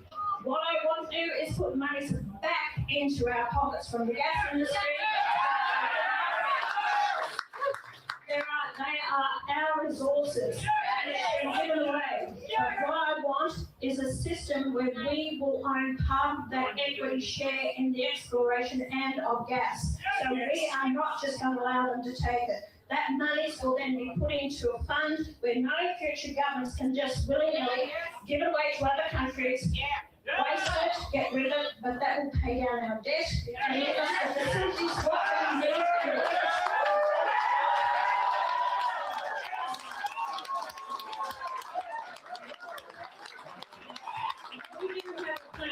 We have a plan for the future of this nation, and we want people that want to be Australians. I don't want immigration by no means, but I want people that come here to this country. I don't want Sharia law on our borders. I want true people that want to come on board, to be Australians and to join us in this journey of making our country the greatest country in the world again.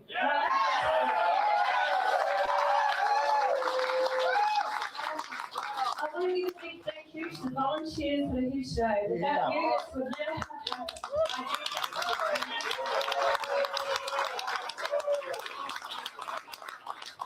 My deepest congratulations to David for winning his seat.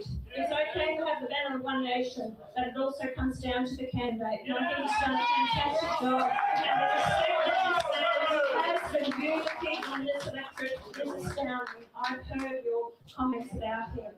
I also would like to congratulate and thank his wife, Janice, and his daughter for their support, because you have to have a partner on your side to do this trip, this journey. It's when I was walking out of here earlier and I looked up and I saw Sky Corbett that we won the seat, I actually got a tear in my eye. Until it's cold. You have no idea that I've been sort of on eggshells. Everyone says, you know, we look like we're going to win it, but until it's cold, you really don't understand the journey that I've been on. I'm so fortunate to have so many great colleagues working with me. Malcolm Roberts has been with me for 10 years.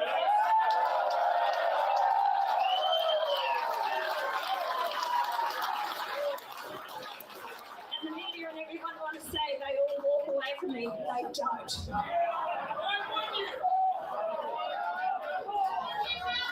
Then I have, you know, Sean, he's our Senator for New South Wales. He's your Senator.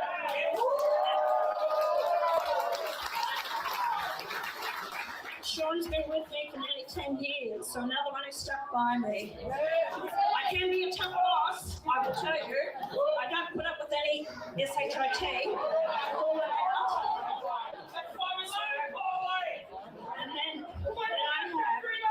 And then I have here Taran Whitten, our Senator from WA.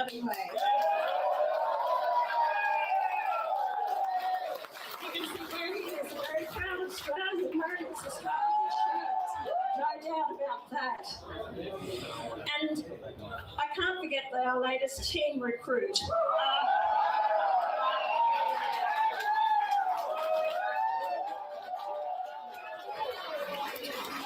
You know, when I hear some members of Parliament, I don't need to say who they are. When they say, well, they walk away and they don't stick with One Nation, well, God, hell, you lost one of your own that was stepping up the rest of the country.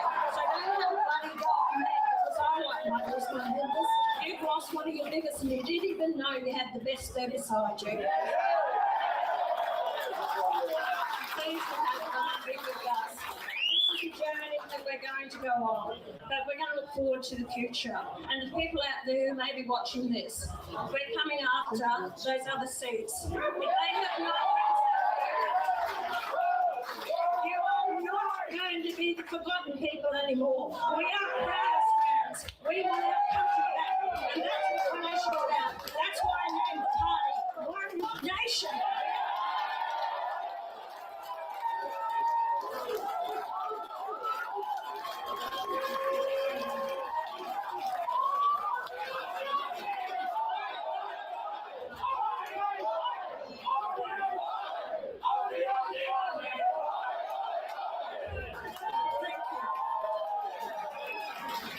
Now we're going to mingle and have a few photos if you want it, and we're going to do it in this very controlled way, aren't we? Yes. That's right.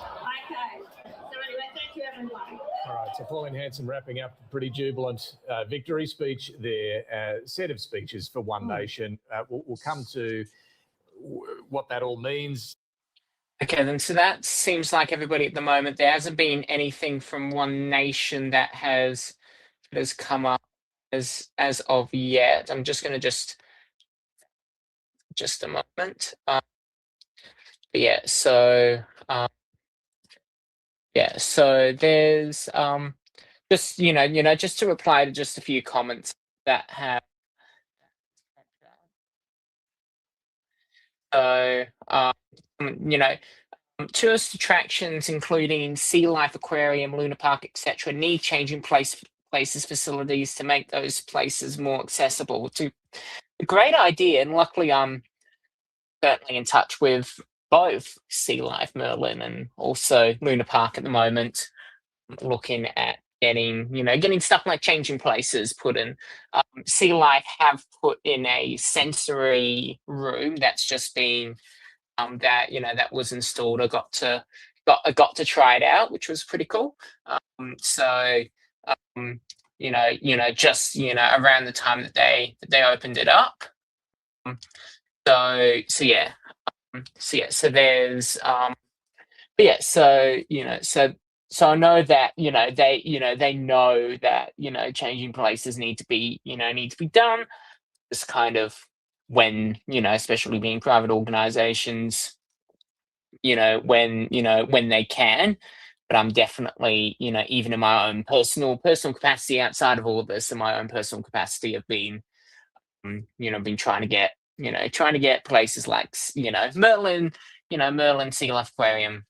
Merlin does Sea Life, Wildlife World, Sea Life, Wildlife, Madame Tussauds, Sydney Tower. They do that, and also Luna Park as well.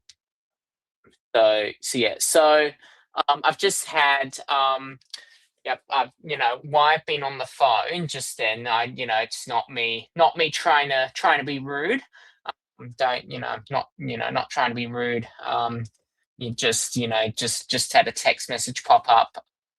The guest who I was supposed to have on tonight, Jack O'Keel, you may know him as as the host of Your First Vote, which is a fantastic podcast, not just because I was on it myself a little while around this time last year, but I've also but he does really great work with Your First Vote. Definitely do check it out. He was supposed to be on, but unfortunately he hasn't been able to join tonight because it's nearly 9:30 at night. He says it was expected that that One Nation would take Farah tonight. it is upsetting to see the Liberals having lost this seat after 72 years of holding it, well, the coalition holding it for 72 years. I wish David Farley nothing but the best in his role. So that's been that. So that's I'm gonna go back over. I'm gonna just bring up. I'm just gonna bring up. It will just be a moment while I bring it back up again. Here we go.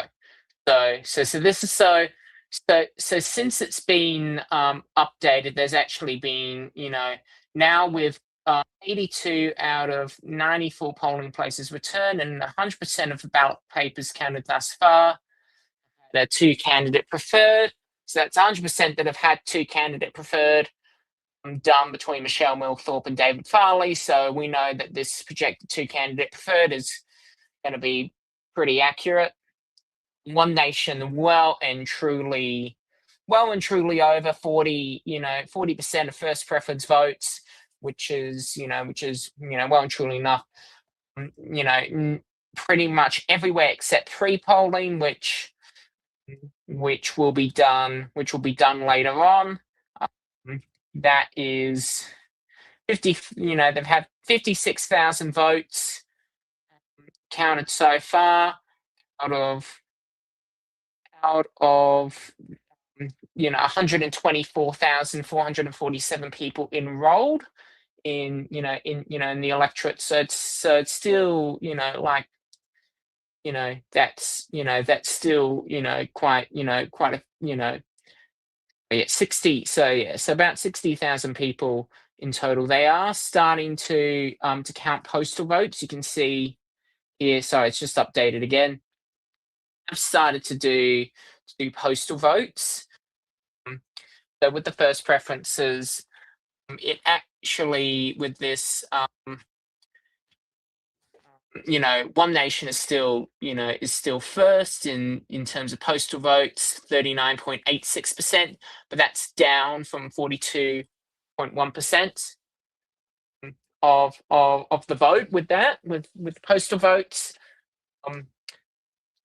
But that's still 26.18% for Michelle Millthorpe, 15% for Larissa Bukowski. Brad Robertson has 9.38% of the postal votes at the moment. So pretty much all that there's left. There's the remote mobile team, which they'll take a little while to get back. The special hospital team's nearly done. The postal votes there. It seems like that they're nearly done with, pretty much already done with postal votes. I don't know that's going to go any higher with the amount of postal votes. Like it's not going to, it won't change anything significantly. And with the pre-polls, yes, with 60, with only 48% of the vote, counted, 48.97%. Like it's nearly half counted. So in theory, it could change, but actually, it's actually swung in total with both the last of the, ordinary on the day votes, and being counted, and postal votes now being counted. Actually, it's actually swung even further towards David Farley. So I'm more than comfortable in being able to at this time project it to David Farley. Pre-polls, I don't want to be James McGrath saying wait for the pre-polls. But it's very clear that One Nation has, for One Nation, technically they've, with Pauline Hanson winning the seat of Oxley in 1996, which was her, first little stroll into Parliament. That was, but that was under, on the ticket being being the Liberal Party, because he was a member of the Liberal Party and then got expelled, became an independent, and then formed Pauline Hanson's One Nation, now One Nation. And yeah, so it's but I think that so this is the first time that and there's been and then there's also been there's also currently in the House of Representatives, in the lower house, there's also Barnaby Joyce as well, who's currently a member there, but that's him defecting from the Nationals to One Nation. This is the first time where someone on the ballot paper who had next to their name One Nation has won a seat. So that is quite significant, and it does go to show that there has been quite a significant swing. One Nation has not just gained a lot of votes in the polls, but that has turned into votes and into seats. And unless if something does magically change, which it can, One Nation were in, although this is a little bit more extreme, because this is a little bit more extreme now than what it was, but between 1996 and 1998, One Nation did have quite a significant boost in the polls. One Nation had during the 1998 Queensland state election, they gained 11 seats there. They also had Oxley in 1996, and they were it was looking quite similar to what it was now. But John Howard, as leader of the Liberal Party, he had very much a different point of view to this. He was very much, do not, I don't want to, put One Nation last and all the how to vote cards, discourage anyone from voting One Nation, and then kind of moving the policy discussion from from cultural issues, gun laws and stuff like that. He kind of moved things over towards the GST, which in the 1998 federal election, that did mean that that they did bite the dust. With Kim Beazley, they didn't lose the election, but they had quite a strong swing against them, and there was some disgruntlement at the time. But it turns out going to the GST and going to kind of more economic discussions, rather than stuff like guns and at the time, and then also immigration, at the moment, because that when the discussion changed from that to being more economical, even in post 9/11, that kind of just destroyed all the momentum that Pauline Hanson's One Nation had at the time in post 1998, and then during the 1998 federal election, she tried to win the seat of Blair. She didn't win that, and then kind of One Nation, she left the party. She actually went to jail for a little while, and then everything kind of fell apart until around the time of 2016. Malcolm Turnbull was Prime Minister, and during the double dissolution election, they won 4 Senate seats. Pauline Hanson actually returned back, but as a senator, in that where she's been ever since. And then they've kind of been, the second, because there was been the two major parties, Liberal and Labor, and then you've had your community, and then kind of the third parties have been, the third parties have been, the Greens, One Nation, and then there's been also a collection of independent, both, community independents, and then there's also been, and then also, independents like Diley, Bob Catter, that have gone in as well, which meant then in 2022, the federal parliament had its largest crossbench in there, and One Nation's kind of had 2 to 4 Senate seats. But since 2025, there's kind of been a similar, like, Cory Bernardi tried something similar with the Australian Conservatives between 2016 and 2018. He defected from the Liberal Party, created this new Conservative Party. They got up in the polls for a little while.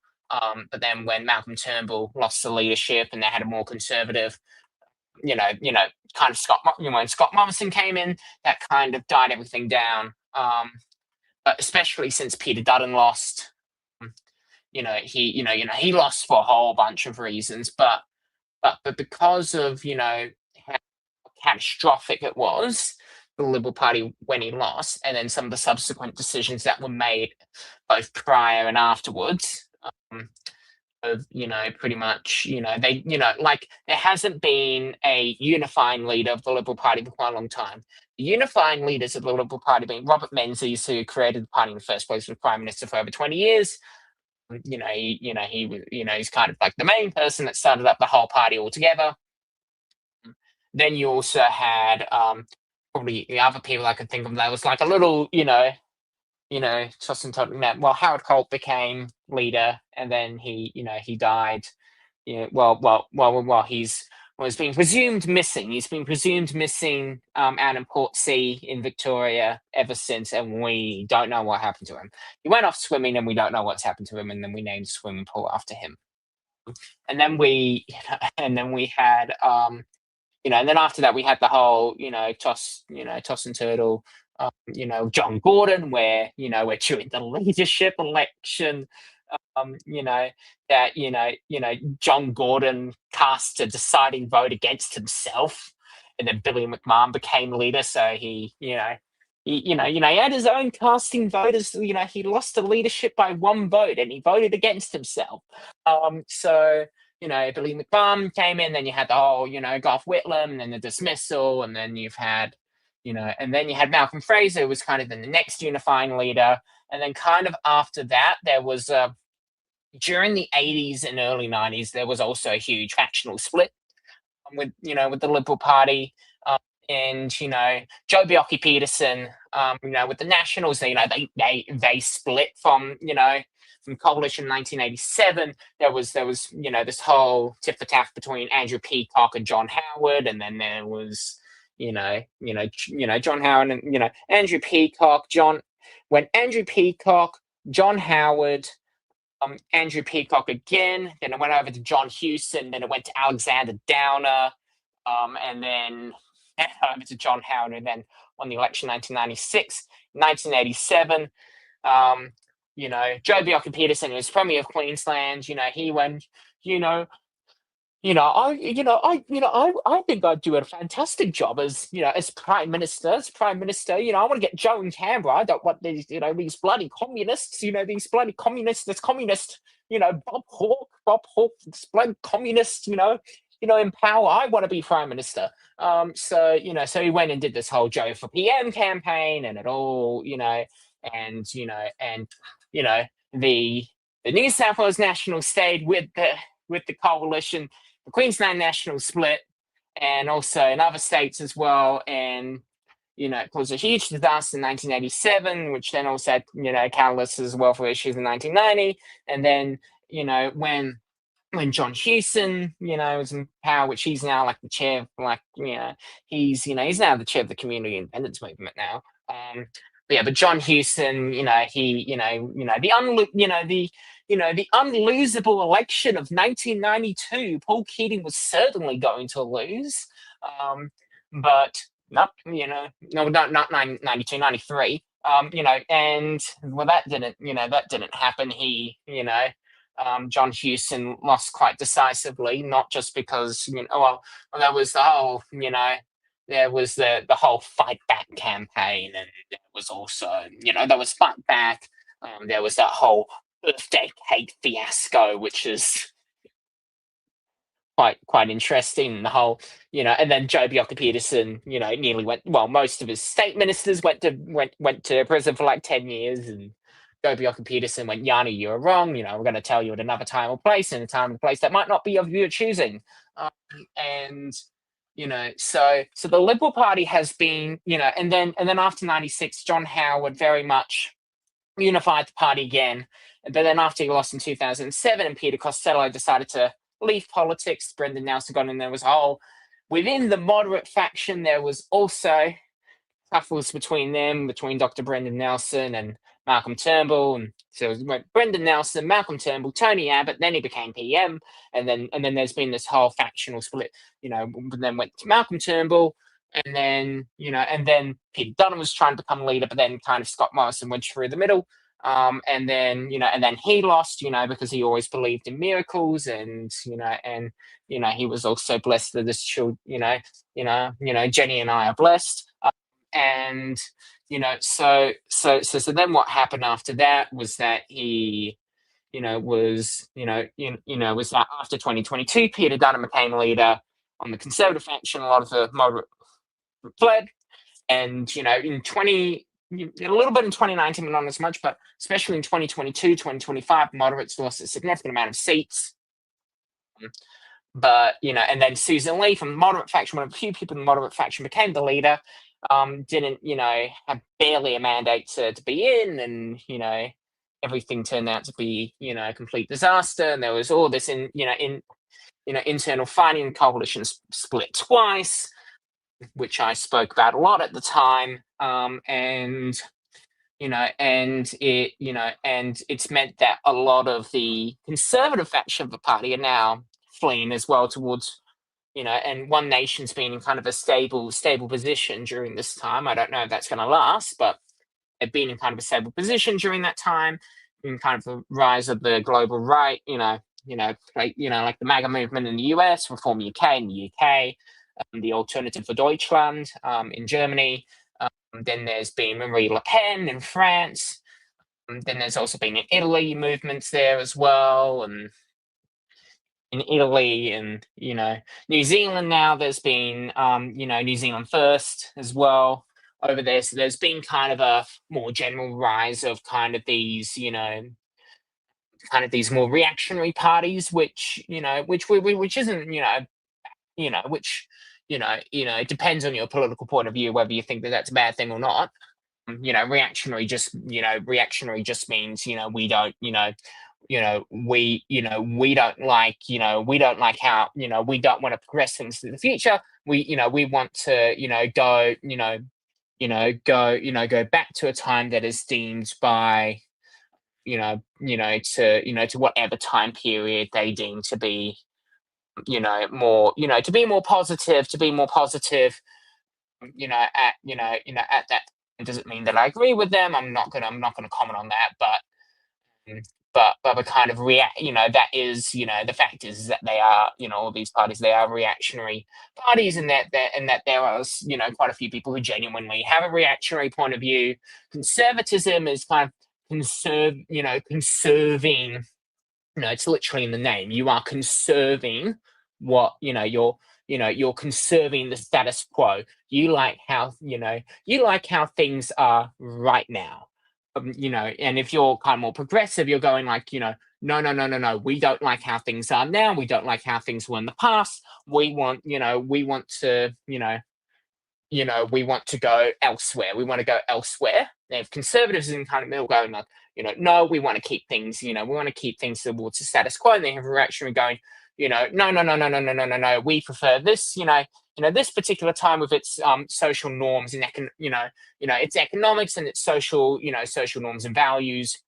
We want to go back to that. And there's been a global rise of that during this time. So that is something, but there has been One Nation does well when the conversation is about immigration, is about social issues rather than as much economic issues. And that, and that was a huge reason why they really struggled after 1998. But there's also been, the Liberal Party, the Liberal Party is getting gobbled up on both sides. They're getting gobbled up on both sides. they are getting gobbled up, on their moderate flank by Community Independence, and on the right by One Nation.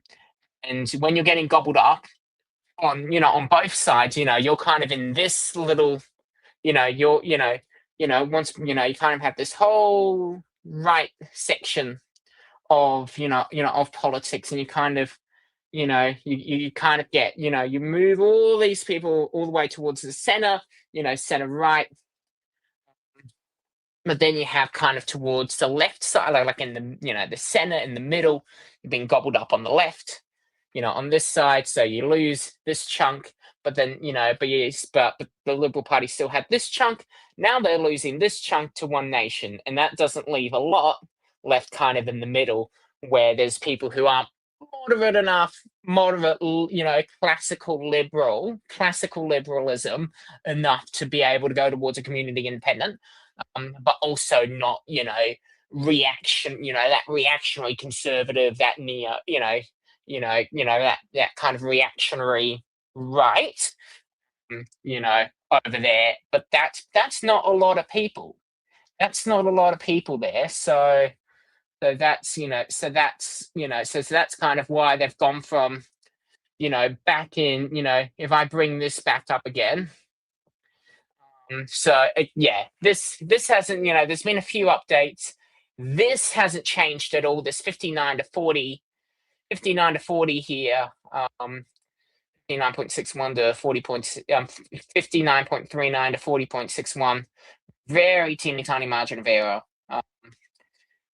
And there's, like there's still, yes, there are the pre-poll votes, but yeah, there's just, it's, there's been some, totals currently 60,000 at the moment. And yeah, and it's just, but yeah, there's absolutely like, that's, 48%, like it's, it's probably not going to change. So this is nearly, although that there's actually been a 2% swing towards the center right of, in Farah. You can see this is what it was last time between Susan Lee and Michelle Milthorpe. It was, she still won, but it was a 10% swing against her. So, you've gone in 2 elections with Farah. We can go back. Here we go. This is the 2025 federal. We're just gonna hang on. I'm just gonna go just to Farah in general. The by-election. Here we go in Farah. Then we have the whole. Here we go. The whole electoral results. So these have been 1949 and 1975 was David Fairbairn. Then Wal Fife, 1975 and 1984. Then Tim Fisher's been in during that time, and then Susan Lee, and then going to be David Farley. So you can see that that the Liberal Party went from even in 2022 when they lost power, like One Nation, that was the first time they contested 6% of the vote on there. Actually during the 2022 election, they actually had a swing toward, well, Labour, they had a swing against them, but there was, but that was kind of more, because there was Kevin Mapp, who 2019 got some, made it 2 candidate preferred, between there, but it was still 60% on here, over 50% of first preferences, which just means that you automatically win. Like pretty much every election that Susan Lee contested, except for 2025. And if you go back even further, even in 1998, the one where it said, One Nation, 13% of the vote here, Labour 23%, that was a 13% swing. And that all was at consequences of the Nationals here. Even then, they still, because Labour also blocked preferences towards One Nation, Democrats did as well. So they were kind of isolated along there, which hasn't happened this time. Yeah, but Tim Fisher still at over 50% of the vote, still was able to get in. and pretty much every single, and we, except for 1975, which was the National, because it was split between Liberal and National Country. But even then, you can see Liberal won pretty easily. That was because David Fairbairn left, and that was kind of, under the coalition rules. Same thing that's happened with this by-election one. The Liberal and the Nationals are running together. The Nationals were able to, contest as well and kind of gobbled up along there, but that wasn't even remotely enough to defeat the Liberal Party. Like pretty much every single candidate of the coalition since pretty much the very first election of except for 1949, the very first election that they had, which was back when Labor had a lot more dominance in kind of regional rural areas, very much changed later on. The first time that Susan Lee got under 50% vote was in 2025 against her, and that's when Michelle Milford came in with nearly 20% first preference votes, which was this, and it's been almost the same. Well, it's been a slight swing towards David Farley. So basically, nearly all the people that have this 31% swing against the Liberal Party goes straight to David Farley, 34% gain here. And also, Gerard Rennick's People's First, they've had a swing against them. There's also been, the Greens have had a swing against them. That's gone over probably towards Michelle Milthorpe. Family First have also had a swing against them as well, and also with the Shooters, Fishers and Farmers. So the Shooters, Fishers and Farmers, Family First, Gerard Rennick's People's First, that kind of fills in that 31, the gap between 31% and 34% here. Pretty much everybody who was voting Liberal originally, have all gone towards One Nation. Maybe a few people going to the Nationals because Michelle Milthorpe's had a swing towards her because Labor isn't contesting and they got 15% of first preferences. So there might have been a few people that from nobody follows precisely the preferential vote how to vote cards. Not everyone does that, but it still goes to they've had a 30 pretty much most of the people that have ditched the Liberal Party have all gone to One Nation. And because of, if we go back to what the coalition suggested to people, we can see, oh, looky here, David Farley, there we go, there he is, he's already on Wikipedia. Well done. That's how we know. That's how we know that it's well and truly real, is that if you show up on Wikipedia. But here we go. Liberal Party. You can see that, with the Liberal Party, of course, they put themselves first. The Nationals 2, and then Roger Woodward is 3 for some weird reason. Well done to him. And then David Farley. So kind of what, and then over with the Nationals, 1, 2, then Family First. Or if they haven't put them directly next, they've put themselves well and truly above. They put the Greens last. They've put Michelle Milthorpe pretty low as well on the list. So eventually, people people aren't going to be following exactly to the line, but they're all flowing toward, most of them will probably be flowing towards them. And then it's, with all these other parties, Shooters and Fishers and Farmers put, One Nation at 2. Family First, 4. And then, Gerard Rennick, again, 4. On here. So it's pretty much the only people that have, it was this Gary. Oh, although I think Gary might change his mind now after being mentioned by David. But it's but yeah, so there's definitely the swings are, the swings are on, on here are in terms of the two candidate preferred, it's definitely there's been a huge swing. Kind of the main issue is the first preferences. People who used to vote one for the Liberals are now voting one for One Nation.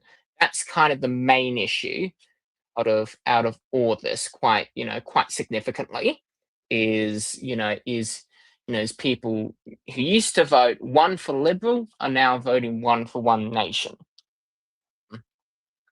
So that's, and if it continues like it's not going to be exactly the same as this every single Liberal seat, but especially in the 2027 state election where you don't have to number all the candidates on here. You don't have to. It's optional preference. So a lot of people just vote one, and and then that's it. And and that means that you could be in a situation where say like David Farley would have, with first past the post, David Farley would have still won, but not with a majority.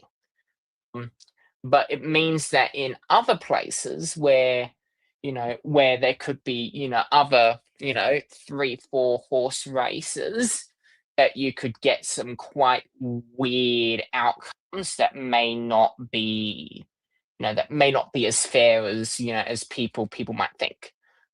And and kind of look more like UK first past the post results, and kind of you then have your spoiler effect and all that, with optional preference voting, then with mandatory preference voting that the AUC has compared to the New South Wales Electoral Commission. It's hard to change from optional preferential voting because it was never ran put in 1981, that rule, and he enshrined it in the Constitution so that it made it very hard to change. But it's going to mean that you're going to have a lot of these split results, and you could get some very, very weird things going on. Because kind of with that, it's the person who is most likely to win is the person with who is in first place on here. It's not fully guaranteed, but to be able to get enough of the few people that put in their preferences to be able to get you over the 50% mark, got to at least be in first place. So over 50% of any votes that haven't been extinguished. So that's so with New South Wales in 2027, it's going to make things quite weird. It's going to make them very weird, and it's kind of a lot of fun for any elections analysts. Well, Anthony Green will be, no longer working for the ABC by then. But it's going to mean that it's going to be a, it could be very much this is kind of, an existential crisis for the Liberal Party. It is an existential crisis. If with these kinds of results, it's just, it's not, it's going to mean that, it's going to, I don't think that there's anybody counting again for the rest of the night. Let me just double check, just very quickly on here, if there has been another. I'm going to see whether or not, if I don't get copyright claim. I don't know whether or not Brad Robertson has made a. Oh, that's not the Nationals; those are cricketers.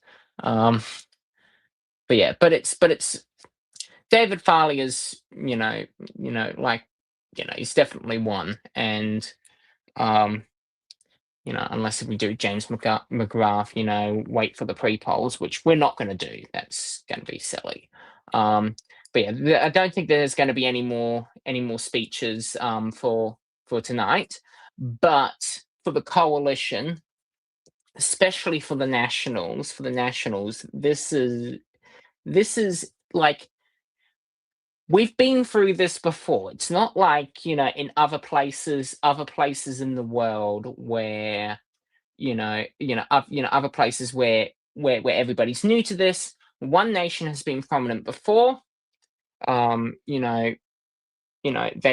been prominent before, back in 1998. People in the coalition know how to be able to change the conversation, to be able to change. Well, it depends on whether or not it's too late. If it's too late to change the national conversation, because John Howard was very much, shut this down now, shut this down. We're not having we're not having anything to do with One Nation. We're not going to do anything with them. We're not even going to allow for them to be in the national conversation. That is that. Whether or not that's too late, it could very well be. And it's not like that. There's a lot more social media.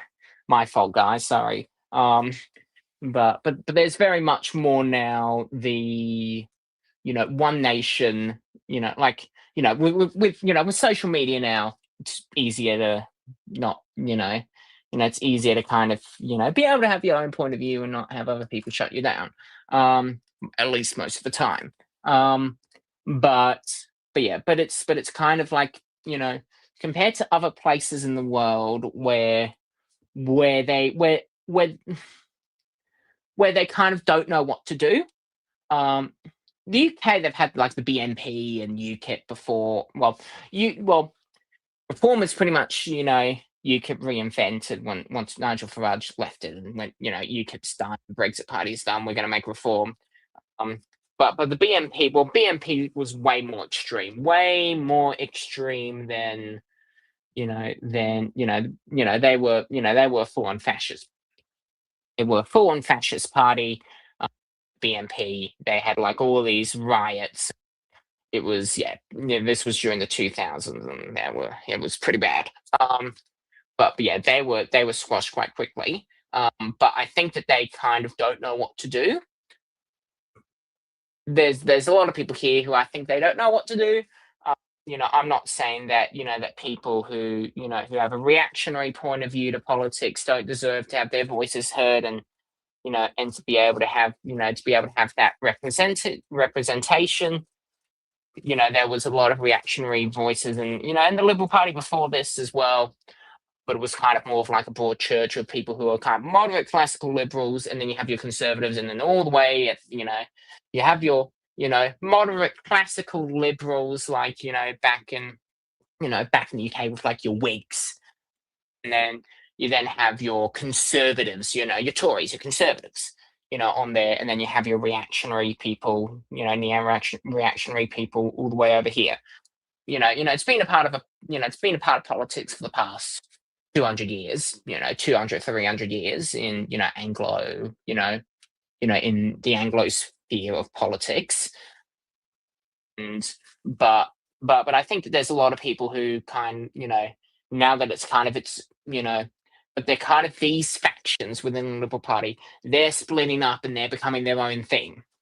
So you now have One Nation, this reactionary party, where they can kind of focus on reactionary style policies. And I think that there's a lot of people who get, that there's people going like, oh my God, we don't know what to do. And, they're on the news all the time. We don't know what to do and what to say, especially when they start, like attacking people with disability, and they start, attacking people with disabilities, people with different sexualities, people with different races, and, immigrants as well, which, but we've been through this before.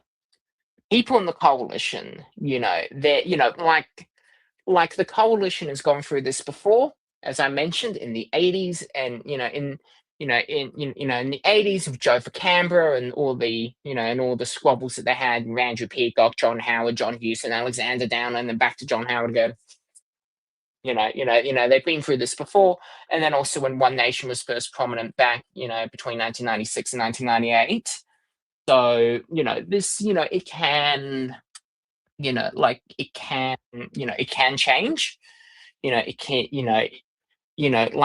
like it's been through this before, it can change, it could very much go back to how things were a few years ago. It doesn't mean that it's going to be a thing to stay, but it can be something that, One Nation can be a force to stay with if, if the coalition, don't listen to the history books. But that's a decision for them. Again, I'm not a member of any political party or organization, so I really can't, go and say, hey, you have to do this, you have to do that, or I'm gonna get very upset, I'm gonna get very mean and very upset. I can't do that. That's not my place. But I do hope that, I do hope that, that those in the coalition are looking back, if the coalition wants to, if I was the coalition and, and I wanted to, be able to get it back into government, and become relevant again in Australian politics, I would have a look at what happened in the 80s and also what happened, and also what happened as well in 1998, and see what they did, because it was very tough. It was very difficult situations then. And a lot. If you look at the the news reports, all Four Corners, old Four Corners reports from from the 80s. Everybody was going, in the 90s. Oh my God, this is going to be the end of the Liberal Party. Oh my God, but they were able to save themselves. They then got a unifying leader, and John Howard was able to then unify all the factions back together, and they survived, and they became a during the 90s and 2000s, and also a little bit into the 2010s, they were a very dominating force in in the Liberal Party. But the question, so if I was the Liberal Party, I'd be looking back at the history books and see what was done, and how and how the lessons from the 80s and the 90s can be implemented into into the information age. That would be my advice to to the one person currently watching this video. If you're in the coalition, if to the one person who's watching right now, if you're in the coalition, please listen to my advice.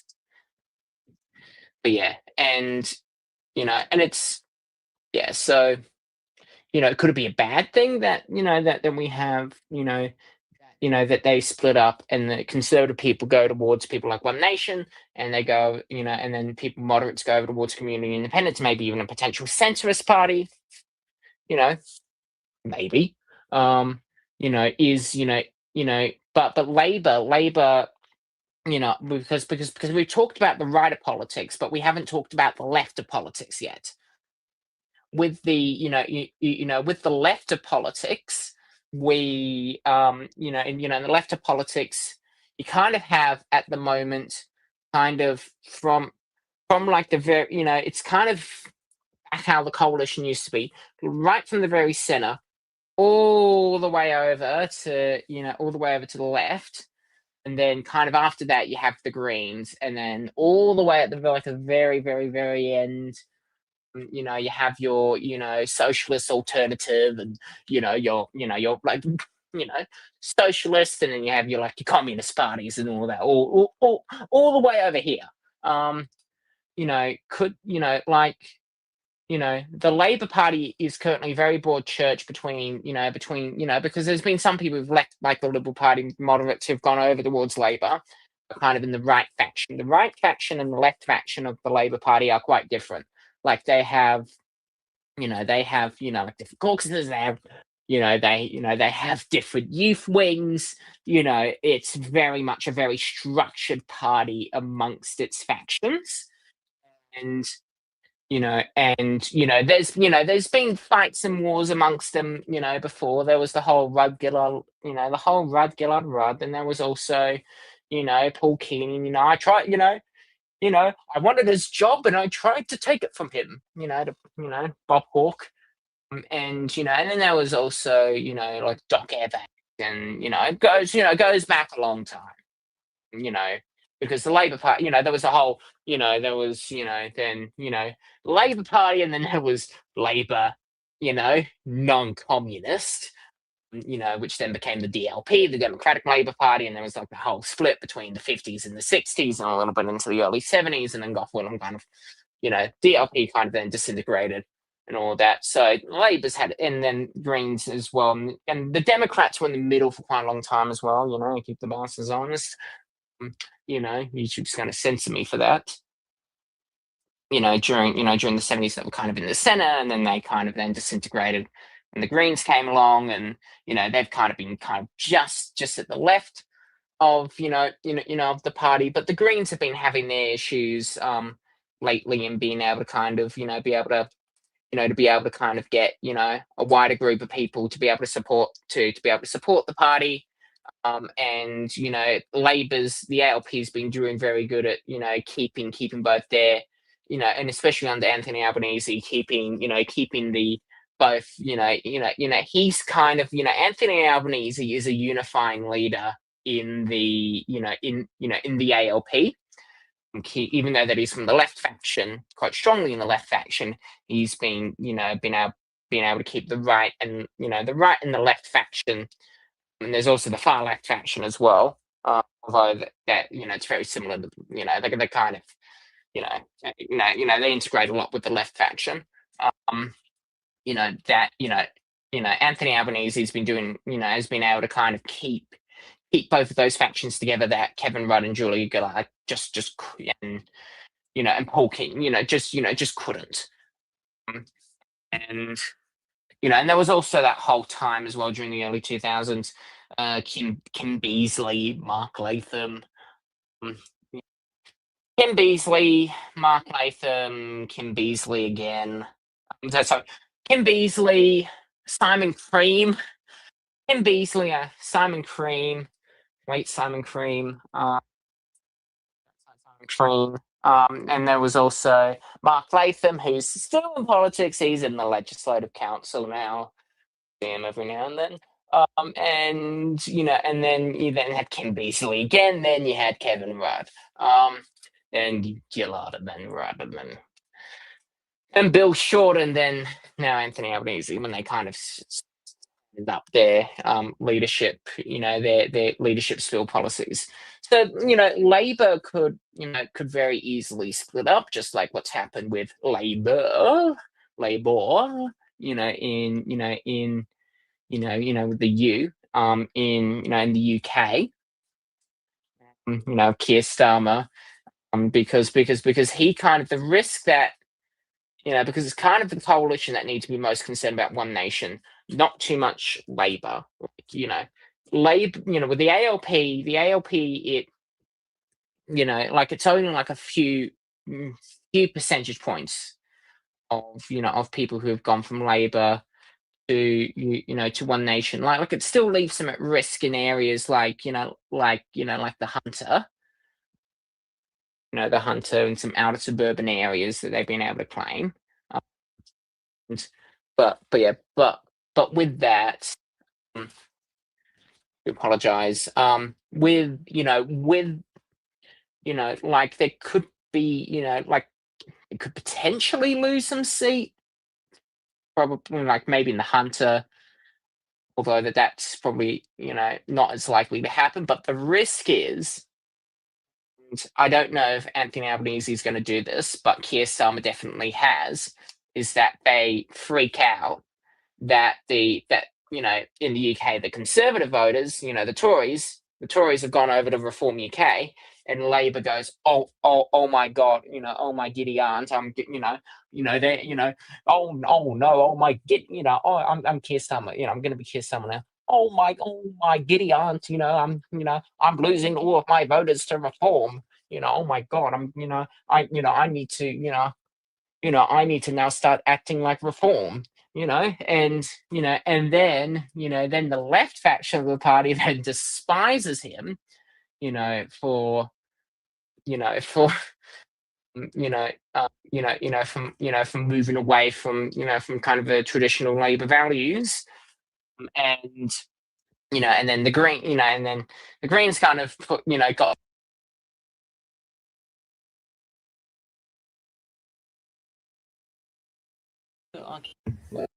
So we're gonna have to do it like this. It's just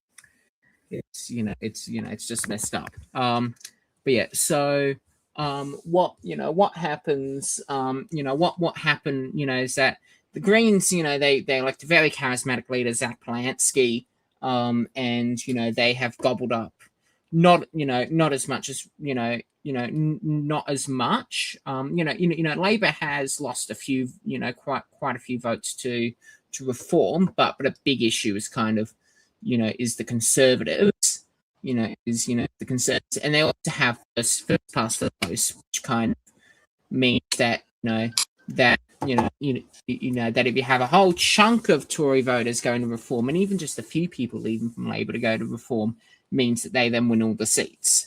But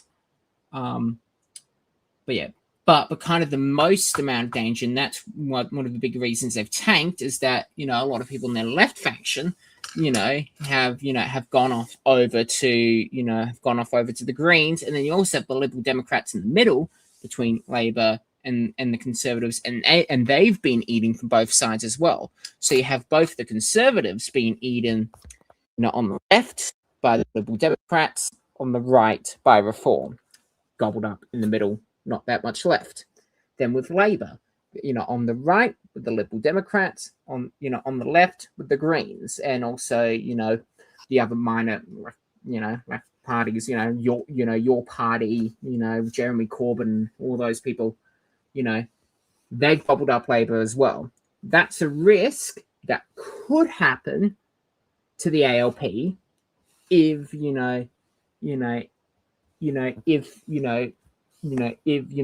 if they started to freak out over this. If they freak out over this, that could very easily happen. If they don't, and it doesn't look like they're doing so at the moment, then and know that most of their base are not going to be going to One Nation. Like yes, they'll there'll be a few, but that happens in every election. People go to all kinds of different parties, go to all kinds of different parties at all kinds of different situations. But if the ALP were to go, oh my God, we're losing all our votes to One Nation. Let's let's become One Nation light. Then then they're going to lose, and then the ALP will end up just like Labour in the UK. But that's not happening at the moment. I don't think they're going to do that. But it could be something that might happen. That might happen if they're they're not careful. So yes, that's kind of what could happen. This definitely shows that One Nation is is a force to be reckoned with at the moment in the current political climate. But from history, even the political climate changes just slightly to their disadvantage, it could all change within the next few years. But that might not happen. So we'll see. We'll see what happens. We'll see what happens with that. So now with that done, I am, I'm just gonna go through the results again. So First preferences at the moment. Liberals at 11.5%. Michelle Milthorpe at 25%. Gerard Rennick's People's First at 0.7%. It's quite a significant margin. The Nationals at 9.9%, nearly 10%. Legalized cannabis at 2.5%. The Greens at 1,373. Roger Woodward at 200 votes, 0.3%. One Nation, 41% of the vote, 25,000 votes. Family First, 800 votes. Sustainable Australia Party, 352. Gary Jean Papin, 577 votes, which, by the way, is independent campaign. It's also been known as the Free Palestine Party. You'll notice that the preferences, they've been. Well, no, I might be getting it wrong, but there was something about a Free Palestine Party. But yeah, and then Peter Sinclair, Shooters, Fishers, and Farmers, 1,247. That's 2% of the vote. And then ALP, nothing. And then the Australian Federation Party is not running either. So that's that. Because the ALP knew that they weren't going to win. They weren't going to win Farah. Like the last time they got anywhere even close was back in 1949, as we've mentioned before. And pretty much all polling places have been, have gotten their results back except for pre-polls. Let me double check it. Postals looks like they're pretty much all done at the moment. Although that might change. It's kind of pre-polls and also your absent provisional declaration pre-polls with that. So that's, like they have up until the 10th of July to do this, but it's pretty obvious who's going to win. So at the moment, with all this combined, it's a 2-candidate preferred count between David Farley from One Nation, Michelle Milthorpe Independent.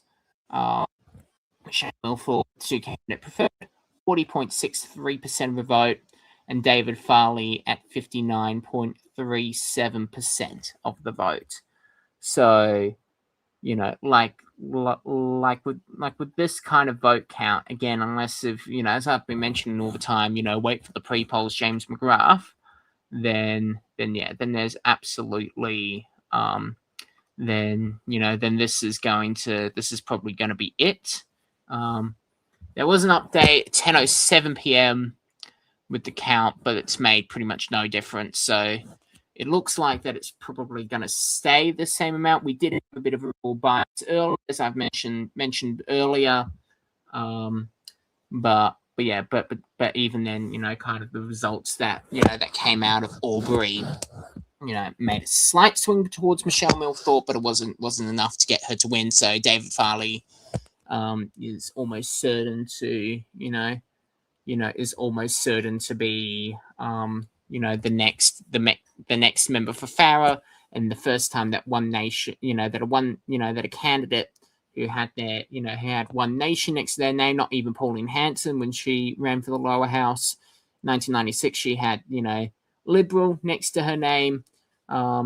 There's absolutely this is the first time that someone from One Nation has been able to, this is the first time that someone from One Nation, has, under the One Nation ticket has been able to get a seat. So, so good job for them. So what I'm going to do now, there was a few people who've been, I personally think that there are more ticket inspectors out lately on the public transport network, because I've seen police and ticket inspectors more often, which they will hand out a $200 fine if you're found to be traveling without a valid ticket or pass. Which, by the way, if you're doing concessions or anything like that, you got to also make sure that you have, like, your pensioner, got to have your pensioner card with you as well. And same with your concessions. Like, I put my concessions right next to my Opal card. So, you know, I tap on my Opal card and they can see immediately on there. So yeah, so that's that. That's been pretty much everything, and with only one person watching now. I really wish that I was over in Farrer. I would have really have liked to have been in Farrer, because I don't really get a chance to go down to that part of the world. I really would have loved to have been down there. Things happen. Yeah. But I would have liked, you know, I would have liked to have gone down there, kind of see the dynamic for myself, rather than being an armchair analyst here. I would have liked to have been on the ground and seen it for myself, and then be able to kind of report it back to you all later on. But this was kind of the best that I was going to be able to do. So thank you so much for watching, everyone, and I hope you all have a great night. Take care. Bye for now.